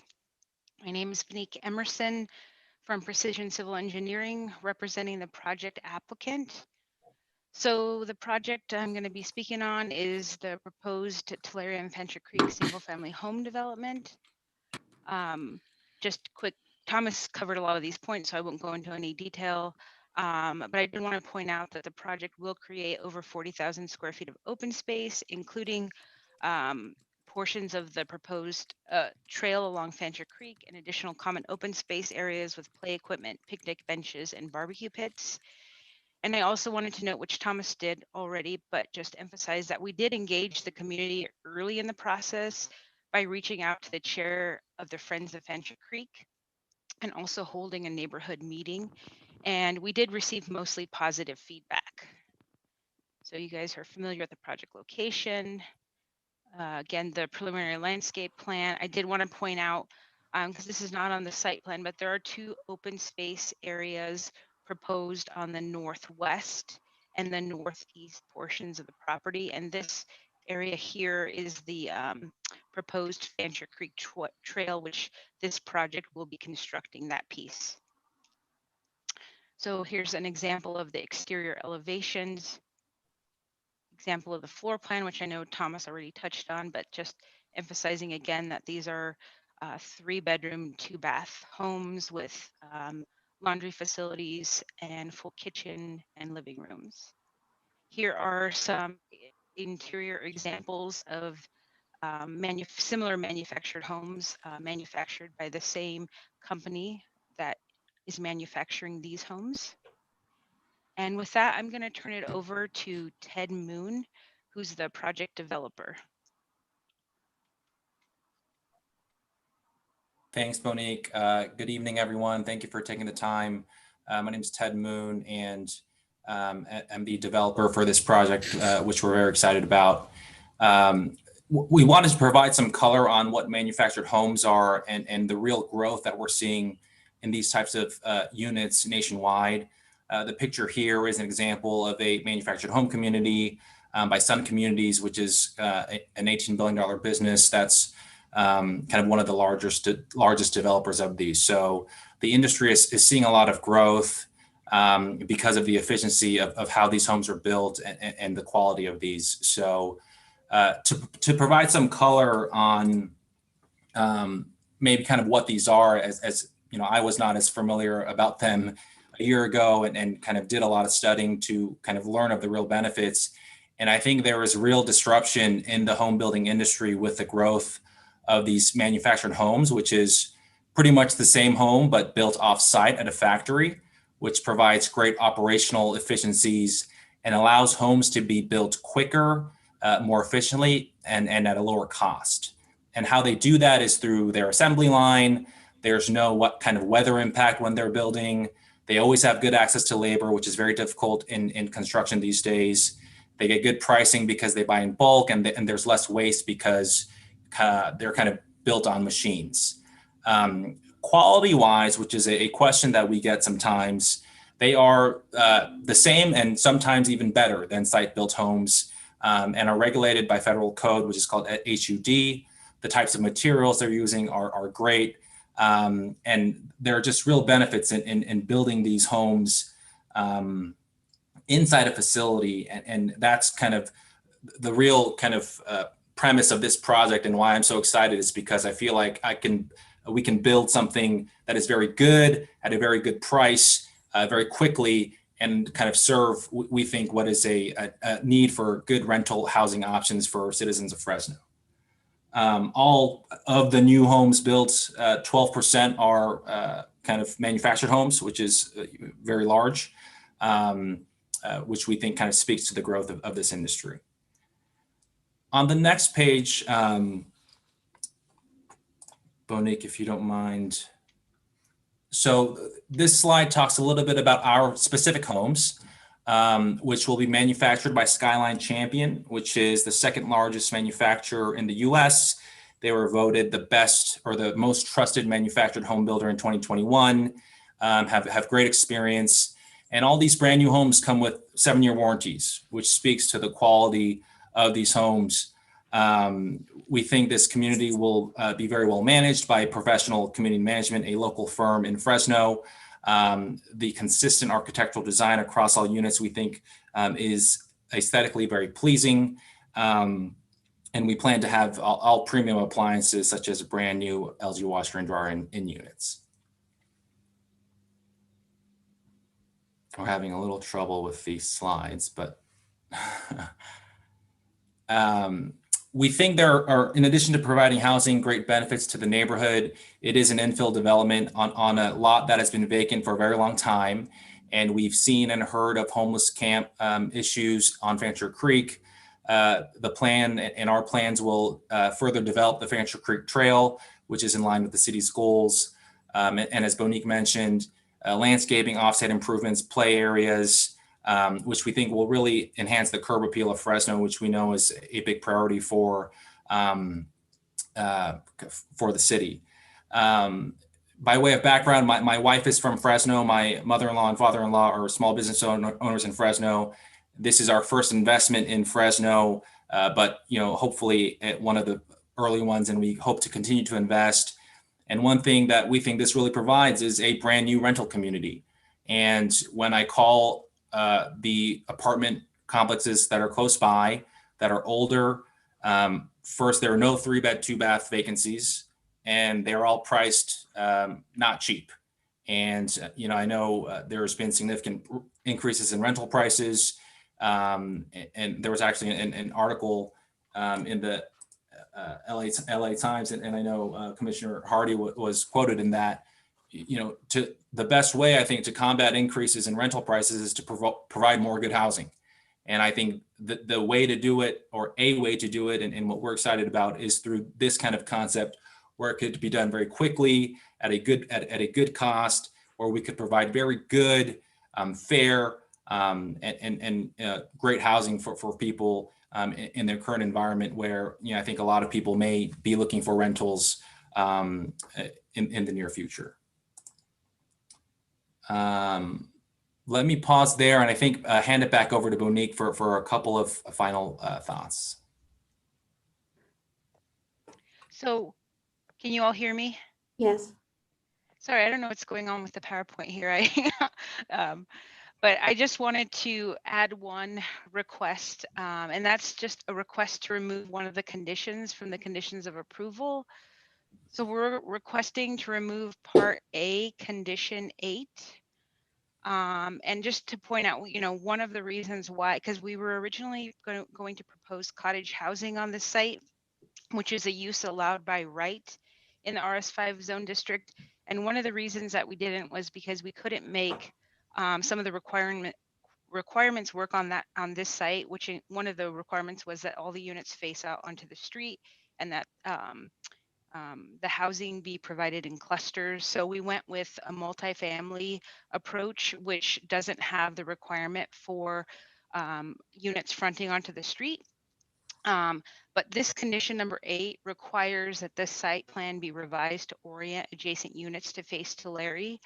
As you can see from this exhibit 7 of the 14 units will actually face onto Tulare.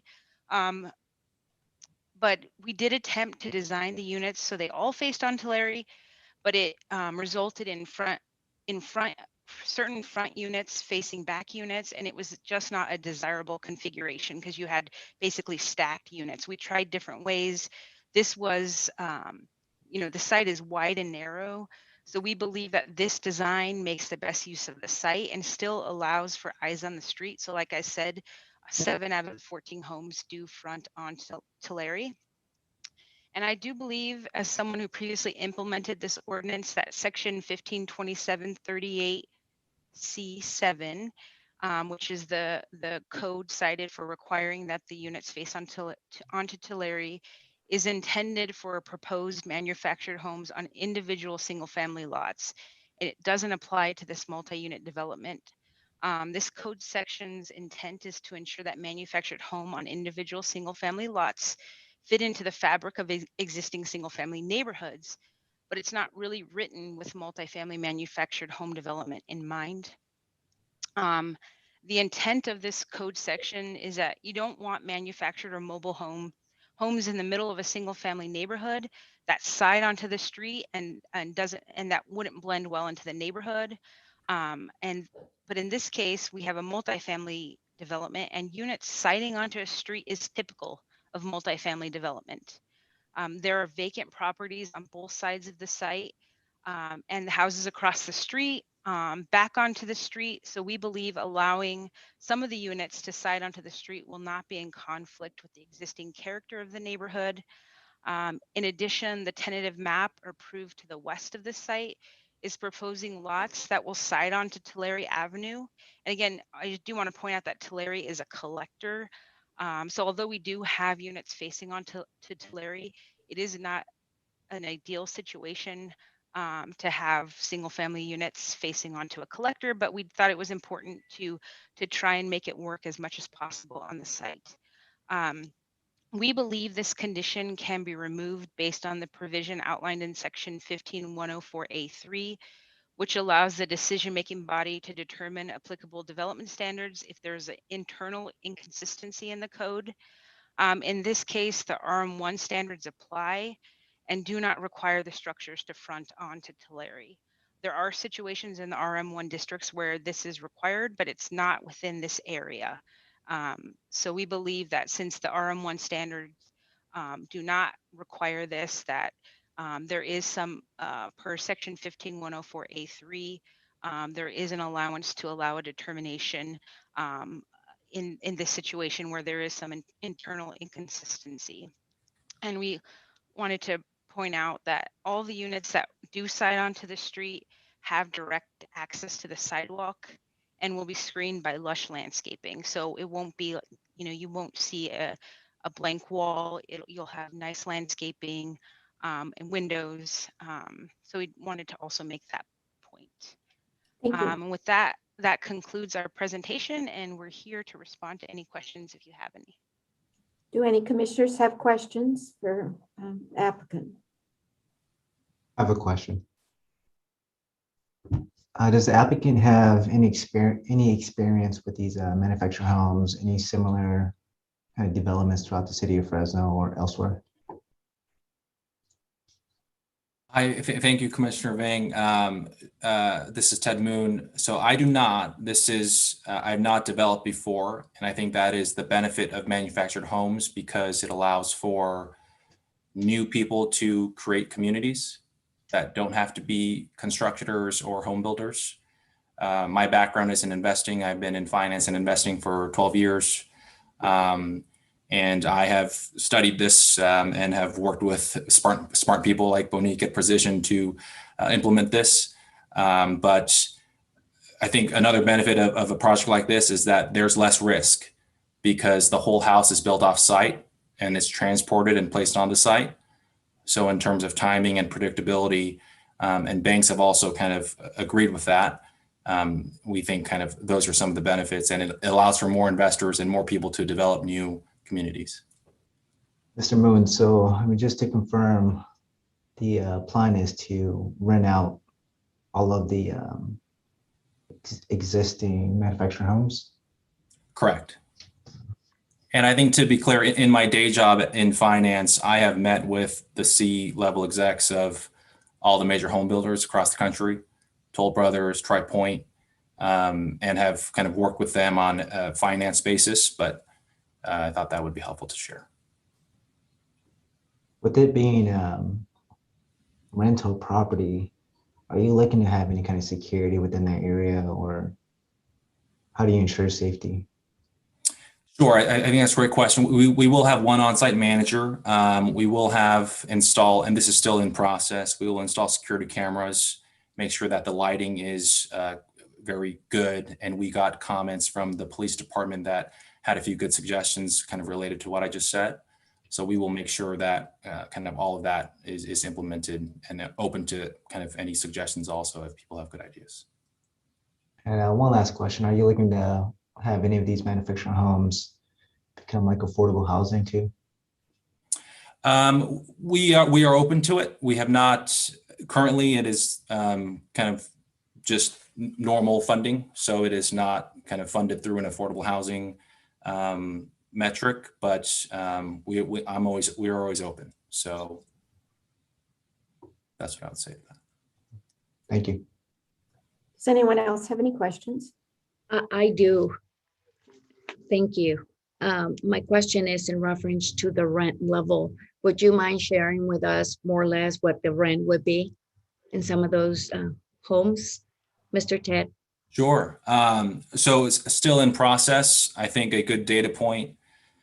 I don't know if people are familiar with the Landing at Fancher Creek or Torrey Ridge, which are nearby apartment communities.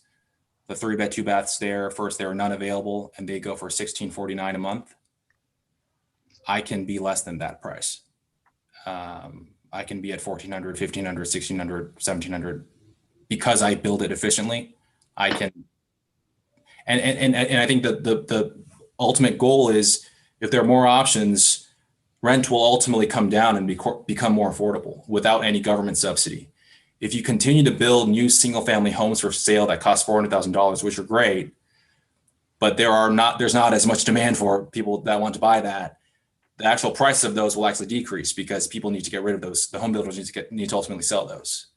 The right way to balance that is through kind of a balance of rental properties, I think, which will kind of meet the demand of what the citizens are looking for. And also, and this is kind of my own math and my own analysis, based on a rental price of, let's say, $1,500, $1,600, the implied home value is higher than what the current Fresno nearby home price per square foot is, and it's higher by 30%. So I think that is another inefficiency that could be helped if we have more efficient market pricing of rentals that create implied home values that could actually be higher for the neighbors and create equity for the nearby neighbors simply by creating a market rate rental community. Thank you.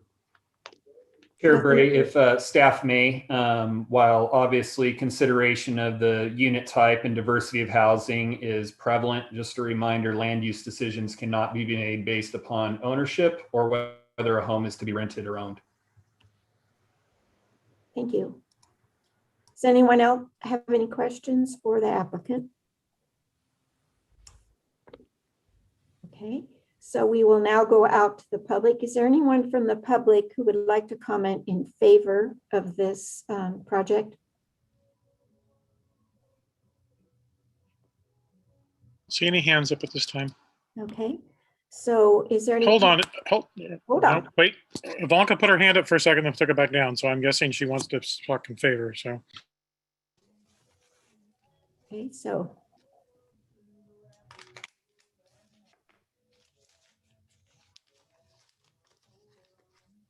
Would you like the in favors now? There's no hands up at the moment.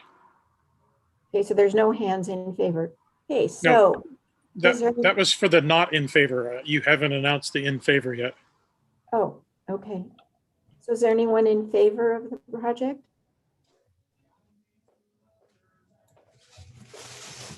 Okay, I guess not. So now is there anyone in opposition?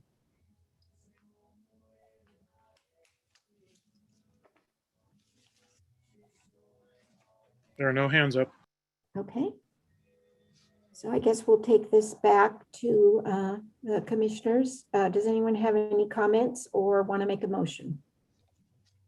Commissioner Bray, if I can interject, Ivanka Saunders Hunt, her hand goes off and on, so maybe we might try to bring her in. Ivanka, did you want to comment on this project? Yeah, I did. Oh, okay. Hello. This wasn't a for or against. This was something that I actually wanted as a question for you as planning commissioners to ask, or at least think you have the answer to. Since this was an infill development on vacant land, which probably means it was cheaper to actually purchase. My question is more to Jennifer or the Planning Commission. Or Jennifer in the Planning Department, can you confirm for the Planning Commission whether or not those APNs that are these infill development APNs are designated as housing element parcels? Those housing element parcels, you need to confirm whether or not those were listed for affordable, very affordable, or not, to stay in compliance with that. And I don't know if planning commissioners would have thought to ask that, but it's a concern, especially when you're talking about affordability. Thank you. That's all. Ken, thank you. Staff, can you comment on that? Hi, this is Thomas Veach again. I can comment. In the findings for the conditions of approval, there are also housing element findings attached to that document. Okay. Okay, so is there anyone, we didn't have anyone in opposition, correct? So we will now go back to the commissioners. Does anyone have a comment or want to make a motion? I'll make a motion to accept staff's recommendations. Thank you. Do we have a second? I will second that. Okay, so we have a motion to accept the recommendations and a second. Can we please have a roll call vote? Commissioner Hardy, Yes. Commissioner Vang, Yes.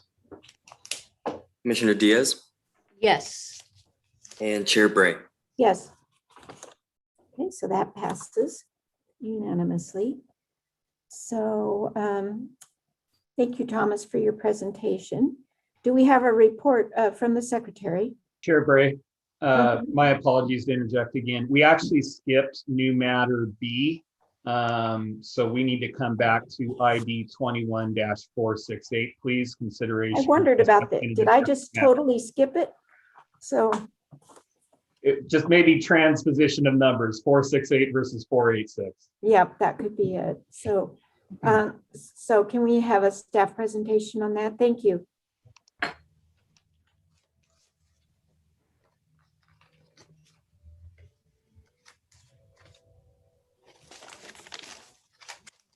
Okay, good evening again, Chair and Commissioners. Staff brings forth the proposed track map for vesting tentative track map number 6338. The proposed track map is located north of East Church Avenue and east of South Sunnyside Avenue, as indicated by the red dash boundary. The subject area is generally surrounded by single-family and rural residential homes. This map is also a component of a larger planned area deemed the Oaks Master Plan Area, which includes an approved map to the north, which the single-family residential subdivision is currently being built for, along with a park amenity. Future development will include a senior assisted living complex southwest of the subject property where it's indicated as urban neighborhood. Single-family residential development adjacent east of the subject property, and commercial community uses at the northwest corner of East Church and South Fowler Avenues. The Oaks Master Plan Area also has an approved and recorded development agreement in place. The proposed map will comprise of 66 single-family residential lots on approximately 11.34 acres of vacant property. The project proposes a residential density of 5.82 dwelling units per acre, which is consistent with the medium density residential density range between 5 and 12 units per acre. The average lot size for the single family residential subdivision is 4,412 square feet. The project complies with all other standards of the RS5 zone district, and it will require the use of an enhanced streetscape on some of the lots where additional embellishments such as architectural features, treatments, ornamental features, taller doors, and the like are required for those lots that would be less than the minimum lot area for the RS5, but only 25% of the lots at max. The open space for this map will be provided via the trail amenity at the east end of the proposed subdivision, which will connect to the park amenity to the north that will serve the Oaks Master Plan area. In total, the park and trail amenity equate to approximately 3 acres. The Council District 5 Project Review Committee recommended approval of the project 4 votes to 0, with the condition that a water drinking fountain be installed as close to the park amenity as possible at the north, but within this subdivision. This recommendation was agreed upon by the applicant and provided as a condition of approval. And when possible, I like to show what the proposed development or subdivision would look like in comparison to the existing surrounding development. So here's an exhibit showing that. And beyond that, I actually added the park amenity boundary previously mentioned, along with a star that indicates the projected location of the drinking fountain, so you can get a sense of where that would be. And then I took the liberty today to visit the site and see the status of the park amenity north of this property, subject property. It's coming along. It doesn't look like the grass is in yet, but there will be, there's already workout equipment installed, as you can see the top 3 pictures. The main walkway on the far bottom right, and there will be a, in the bottom middle picture is the center of the park where there's a round half court basketball area. So the hoop isn't installed yet, but the pole is. So that will be for basketball purposes. Staff did receive an email in opposition of the project, which was provided to you earlier this morning. The email specified that the project should be a full park rather than the single family development. And in addition to that, the notice was received 2 days prior to this meeting. To speak upon the park first, the project is a component, again, of the Oaks Master Plan area, which was approved by Commission and Council. There's also a recorded development agreement in place adopted by the Council that specifies the different land uses within the Oaks Master Plan area. And this subject property as part of that is planned for single family development. And there is a park amenity already that is served to develop this entire area specifically, located within the subdivision of which the opposition was received. Notices were sent on March 26, 2021, which is consistent with section 15-5007 of the Fresno Municipal Code, requiring minimum of 10 days prior to the hearing of the project. So this was noticed on the correct timelines. With that said, in conclusion, staff's recommendation for approval of vesting tentative track map 6338 and the associated addendum to the environmental assessment. That concludes my presentation. I'd be happy to answer any questions you may have. Thank you, Thomas. Do any of the commissioners have questions? Oh, excuse me, Robert. Does anyone have a question for Robert?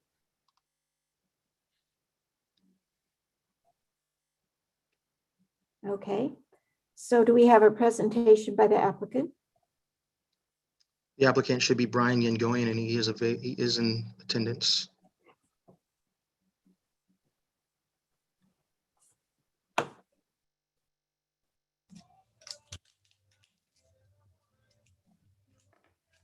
Brian, you'll need to unmute yourself if you'd like to speak. Can everybody hear me? Yes. Okay, thank you. Good evening. Thank you, Robert, for the presentation. Yes, as Robert indicated, this is part of a larger master plan area. It is a complete neighborhood as defined by the 2025 general plan. About 5 or 6 years ago, we went through a plan amendment, a rezone, a parcel map, and a tentative track map, all of which were approved. There was multifamily on the property at the time, and we had several meetings. Ultimately, the multifamily was removed. Everybody was appreciative of single family, and we complied. So this is just a one of 4 remaining parcels. The home builder is, we're under contract with Lennar Homes. They are also the builder of the track north. We are in charge of the designing process, as well as the designing of the park and the designing of the trail connection, and Lennar is the builder. As mentioned, it's in compliant. It's with the vested use spelled out in the development agreement, Exhibit D1, and it meets all the satisfaction of open space standards as found in Section 5.3. The park is coming along nicely. It should be completed here in about 30 days. I've spoken with Lennar, and the lights are in, and the grass, I believe, is the last remaining piece. And it looks great. It turned out wonderful. And the southern connection that will connect it to Church Avenue is part of Parcel B's requirement as spelled out in the development agreement. So the home builder is aware that they have to do that in conjunction, and we will be designing it consistent with the remaining, the rest of the trail system that's already in place. All the trail will be lined with valley oak trees. I believe in total, there's going to be over 120, hence the names, the oaks. All the parcels except for parcel A will connect to these trail systems, creating a walkable environment to ultimately get to the commercial, to avoid having to use transportation amongst the community members within the development, other than having to use car, I should say, as well as providing, safer paths of travel to the Sanger High School that will ultimately be built on Caddy Corner to this project. This project is been in the works for a while, and it's coming along nicely, and I'm very proud to see it where it is. I'm available for any questions that you may have. Does anyone have questions for Brian?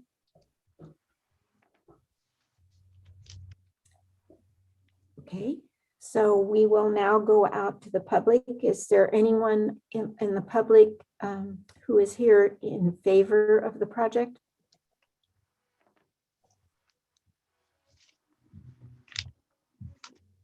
Don't see any hands up for in favor. Okay, so if you are opposed to the project, you can raise your hand on Zoom or dial *9. We do have some people opposed. Frank, I'm going to unmute you. Thank you.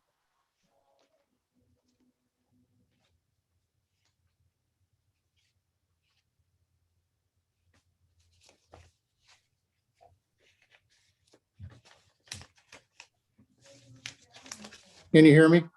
Yes.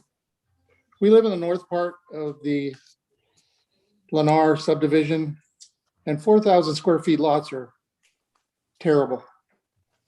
When we purchased over here, we were told that they weren't going to build low income, or what if you want to call the Fresno lot, which is 4,000 feet, 50 by 80. And now all of a sudden, the park that's being built was for the current subdivision that's being constructed from Fowler to the road in the back. I guess that's Sunnyside. And no time did Lennar ever mention that they were going to do this mini lot thing. Or assisted living. And assisted living on that parcel next to us. Nobody knew about, excuse me, nobody knew about it. Nobody, it was never mentioned. And we asked numerous times. So that's, to us, it's totally unacceptable. Misled us. You have $500,000 homes, $600,000 homes over here, and you're going to put a 4,000 foot lot and squeeze a little house in there. It's just unacceptable, and nobody knew, and unfortunately, it's going to hurt all of us. If they want to put regular sized lots, that's great, but not this mini stuff. He's going to bring our property value down. That's all. Thank you. Okay, thank you. Is there anyone else in opposition? Hi, can you hear me? Yes. Hi, my name is Dr. Kong Meng Beng. I live at 5931 East Pitt Avenue. So when we bought the house, Lennar showed us that the whole area was going to be used for a food park. And now they're saying that it's not going to be used for a food park. So we felt that we were being deceived. And as you know, that I already wrote in my letter, seeing how the benefits of parks, how they can benefit everyone in the community. Further, I want to address the notice.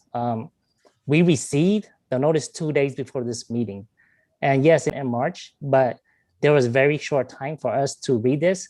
And maybe it was sent to communities that were already built, but we are new to the community and we just received it. And so I just do want to say that I do have my wife here also, and I will want to give her some time to speak on that. Okay. Hi, and my name's Paul. I currently work as a registered nurse in the emergency department. And when we bought this house, this park was pretty much promised to us and given to us, provided to us by Lennar, saying, this is what your tax property is. This is what taxes that you guys are paying for that's going towards when you guys purchased this house. We have recently moved from Sacramento and the Elk Grove area, where there are tons of community parks within a neighborhood, and we see how positive the parks impact the whole neighborhood. Everyone comes together, everyone, kids are playing, adults are active. And it's very important now more than ever that we continue to have these big open parks. If we are going to decrease the size of this park, this now limits the space to the public who can come to enjoy it. Not only is this new Lennar community is already a large community, there are other large communities surrounding us with multiple like single homes. And as you can see, we will need this space, not only to accommodate for our children's, but it's to accommodate for all the adults who just need the time outside. And if we're cutting this park in half, we're decreasing the space. And with COVID now in playing into factor too, we still need to social distance. Even with vaccination, yes, the number of COVID has gone down, but we still want to be able to respect each other's space. And decreasing it, meaning we'll have to stop respecting each other's space, and we can't give the space to each other. I have a 20-month-old. I honestly wouldn't want someone else coming to sit next to us or playing next to us. I would like them to stay their social distance as I'm respecting their space, as they should respect mine. But we can no longer do that if this park is cut in half. It limits our space. Okay, thank you. So this is an opportunity for the city and our community to provide common space for all our children. I know what it's like to grow up in Fresno. I lived here my whole life, where parks have not been accessible at all. I know what it's like to drive around my current residence right now, seeing the kids playing on the street, shooting basketball with the parents, the waiting at the park already, eagerly waiting for it to open. I know what it's like to see my 2-year-old excited, grabbing his shoes every morning, because he wants to go even play in the unfinished dirt lots. So I think it would behoove the city to build a full park that ultimately benefits the future of our children and the individuals living in our community and the surrounding community. We know that this is Lenore who has deep pockets trying to take advantage of the current housing market. And we encourage you, the Planning Commission, to reject and disapprove this proposed project. As we can see that, despite with the pandemic effect, Fresno, California continues to be one of the highest rising market on that people are buying houses. People are like jobless right now. And now we're going to go ahead and build these houses. And it's just in no way it's going to benefit in the long haul. Okay, well, thank you. So is there anyone else in opposition?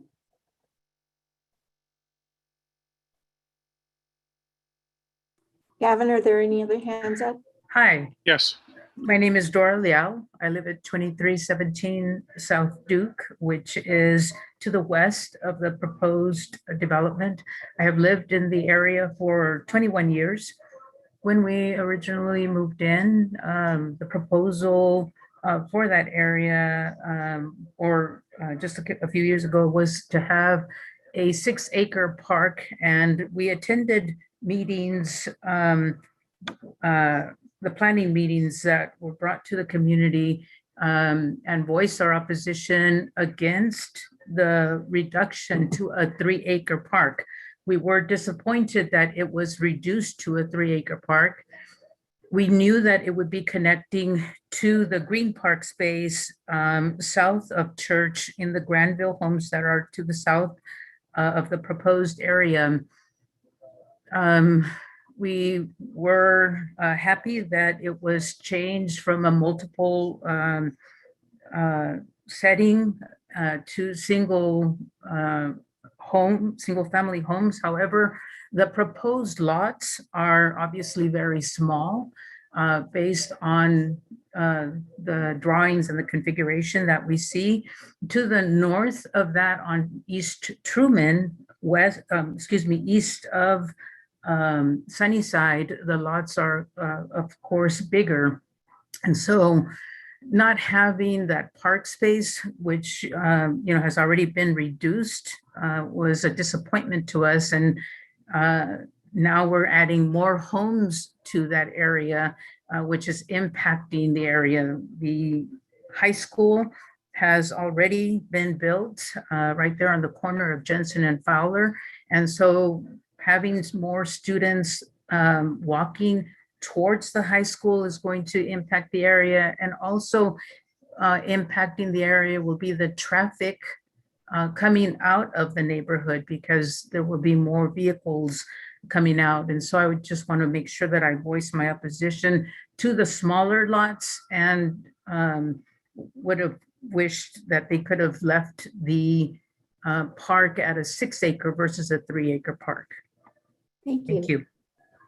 Okay, so I think we have another hand up in opposition, Lisa Flores. Actually, I'm not in opposition or approving it, because I live in the lovely Tower District, where we have a good mix of houses, apartments, duplexes, and everybody gets along. My question is about the process. We all know that the federal mail system is slow. And why did not the city think about adding a couple of days earlier add-on to mailing out the notices to the community? That's the first thing. Then the second thing is, has the developer gone back to the owners of the property that they sold houses to and said, we're going to have this big old park? Have they gone back and had a community meeting and provided input? And also too, if a park is smaller than 5 acres, to me, in my mind, it's a useless park. It's like a little bitty strip mall. If you're going to have that many homes, you need a bigger park. So that's my comments, not here or there, but just my opinion. Thank you. Is there anyone else in opposition? Okay. There are no hands up. Okay, does the applicant have a rebuttal?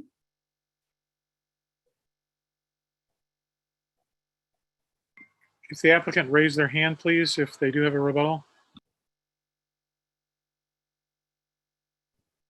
Hello. Can you hear me? Yes. Yes. So the park, I am not with Lennar. This Citadel Development Group. We have a purchase agreement to sell the single family to them. I would be shocked that Lennar said there was going to be a 40-acre park south of the property, because that was not consistent with the development agreement or any of the approvals that occurred several years back. The park is 3 acres. It is a extremely high design park, designed by landscape architects and paid for internally. It is a park that I'm extremely proud of, and I would encourage those to go look at it. It has plenty of amenities. It has walking trails that are already being used, none of which was going to be a part of it when we originally developed it. The park on the corner was 6 acres, but it was not going to be developed because the city didn't have funds. So I figured out a way to get it built privately on the front end of the development, so it didn't have to wait years and years and years. And I wanted it to be at the center to connect everything. If you notice, the homes all front the trail. On the Lennar development, all of those homes along Truman, I'm sorry, it would be Belgravia, all front the park, all front the trail. And the idea of that was that there would be eyes on the park. It was extremely thought out. And at no point was the park reduced in any way since its approval several years ago. If anything, we are adding acreage to the park to complete the trail system so that people from church could get access. And again, this park is part of a separate CFD. So to the gentleman's point that this park is for this development, the park is for the entire Oaks project. And every homeowner within that Oaks project will pay into that CFD to maintain this park. So that park is for the whole area. It is open to the public, the surrounding area as well, but the surrounding area is not part of that CFD. Just the homes within this 5-parcel development are going to be paying into the CFD for the maintenance of this park.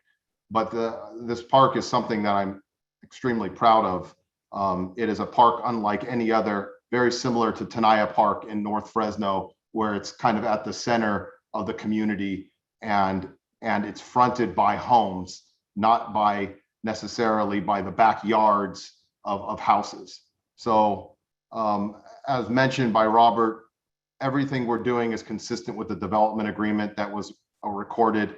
All the vested uses are identified in there. All the park requirements are being met. Everything was done in a timely fashion at the front end of this development. And we really want nothing more than a high quality development, because we plan on developing the commercial as well. I am not here to leave this development. I will be involved in this thing to the day I die. Thank you. Okay, so we will take this back to the commissioners. Does anyone have questions, comments, or do we have a motion?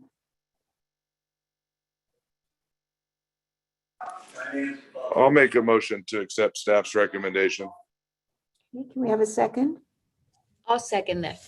Okay, we have a roll call vote, please. Commissioner Hardy, Yes. Commissioner Vang, No.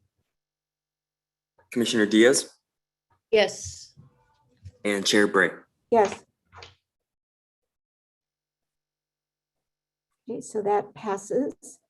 And we'll now thank you, Robert, for your presentation. And is there a report from the secretary? Good evening, Planning Commission. I have no new report for this evening. Okay, thank you. So we don't have any scheduled oral communications. We can now do any unscheduled oral communications. If you're a member of the public and would like to comment, please use the raise hand function on Zoom, or if you're calling in, dial *9. I see a hand up for Venice Curry. Yes, good evening, Planning Commissioners. My name is Dr. Venice Curry, 312 West Valencia Avenue, Fresno, California, 93706. I joined this meeting really to talk about ID 21-466, which is the rezone of Elm Avenue. I joined, as many other community members joined, and was dismayed that it would be continued one more time without a date for scheduling. I would call your attention to the letter that was received from CARB, the California Air Resources Board, sent to the Planning Department as well as Planning Commissioners, which outlines really numerous efforts to address pollution burden in West Fresno. And so I would say to you that the idea that we should just get in a room and work it out, there really is no middle ground on this particular issue. Either you are for the health and the well-being of Southwest Fresno families, or you're really for the disproportionate channeling of air pollution into the lungs of our families. There is no middle ground. You're either on one side or the other. And so I did not want the meeting to close without knowing not only was the community prepared to share their opposition, they will be prepared whenever you reschedule. But I would, after sitting through the meeting and hearing the discussions about the development plans that are occurring in other parts of the city, I would ask you to consider what you didn't hear. What you didn't hear was community members saying that they had to deal with industrial sites. And so please review the letters that you have received that are in opposition. Please know that the community their time is important. And what I didn't hear was an acknowledgement that for all the members who did join, that you were in any way respectful of the fact that so many community members joined, and that your decision to put it off and continue it for one more meeting or several meetings you did not specify, so that indefinite period of time, again, is very disrespectful to the community who has been waiting and doing our due diligence well before this issue came before on February 3rd. So again, this would be the third continuance. The community's position is clear. It has not changed. And I would encourage you, please, to read the letters that you've received, and please provide a date when this issue will be heard and when you can hear again from the community. Thank you very much. Thank you, Dr. Curry. We are looking forward to hearing from the community on this. Is there anyone else who would like to speak during this time?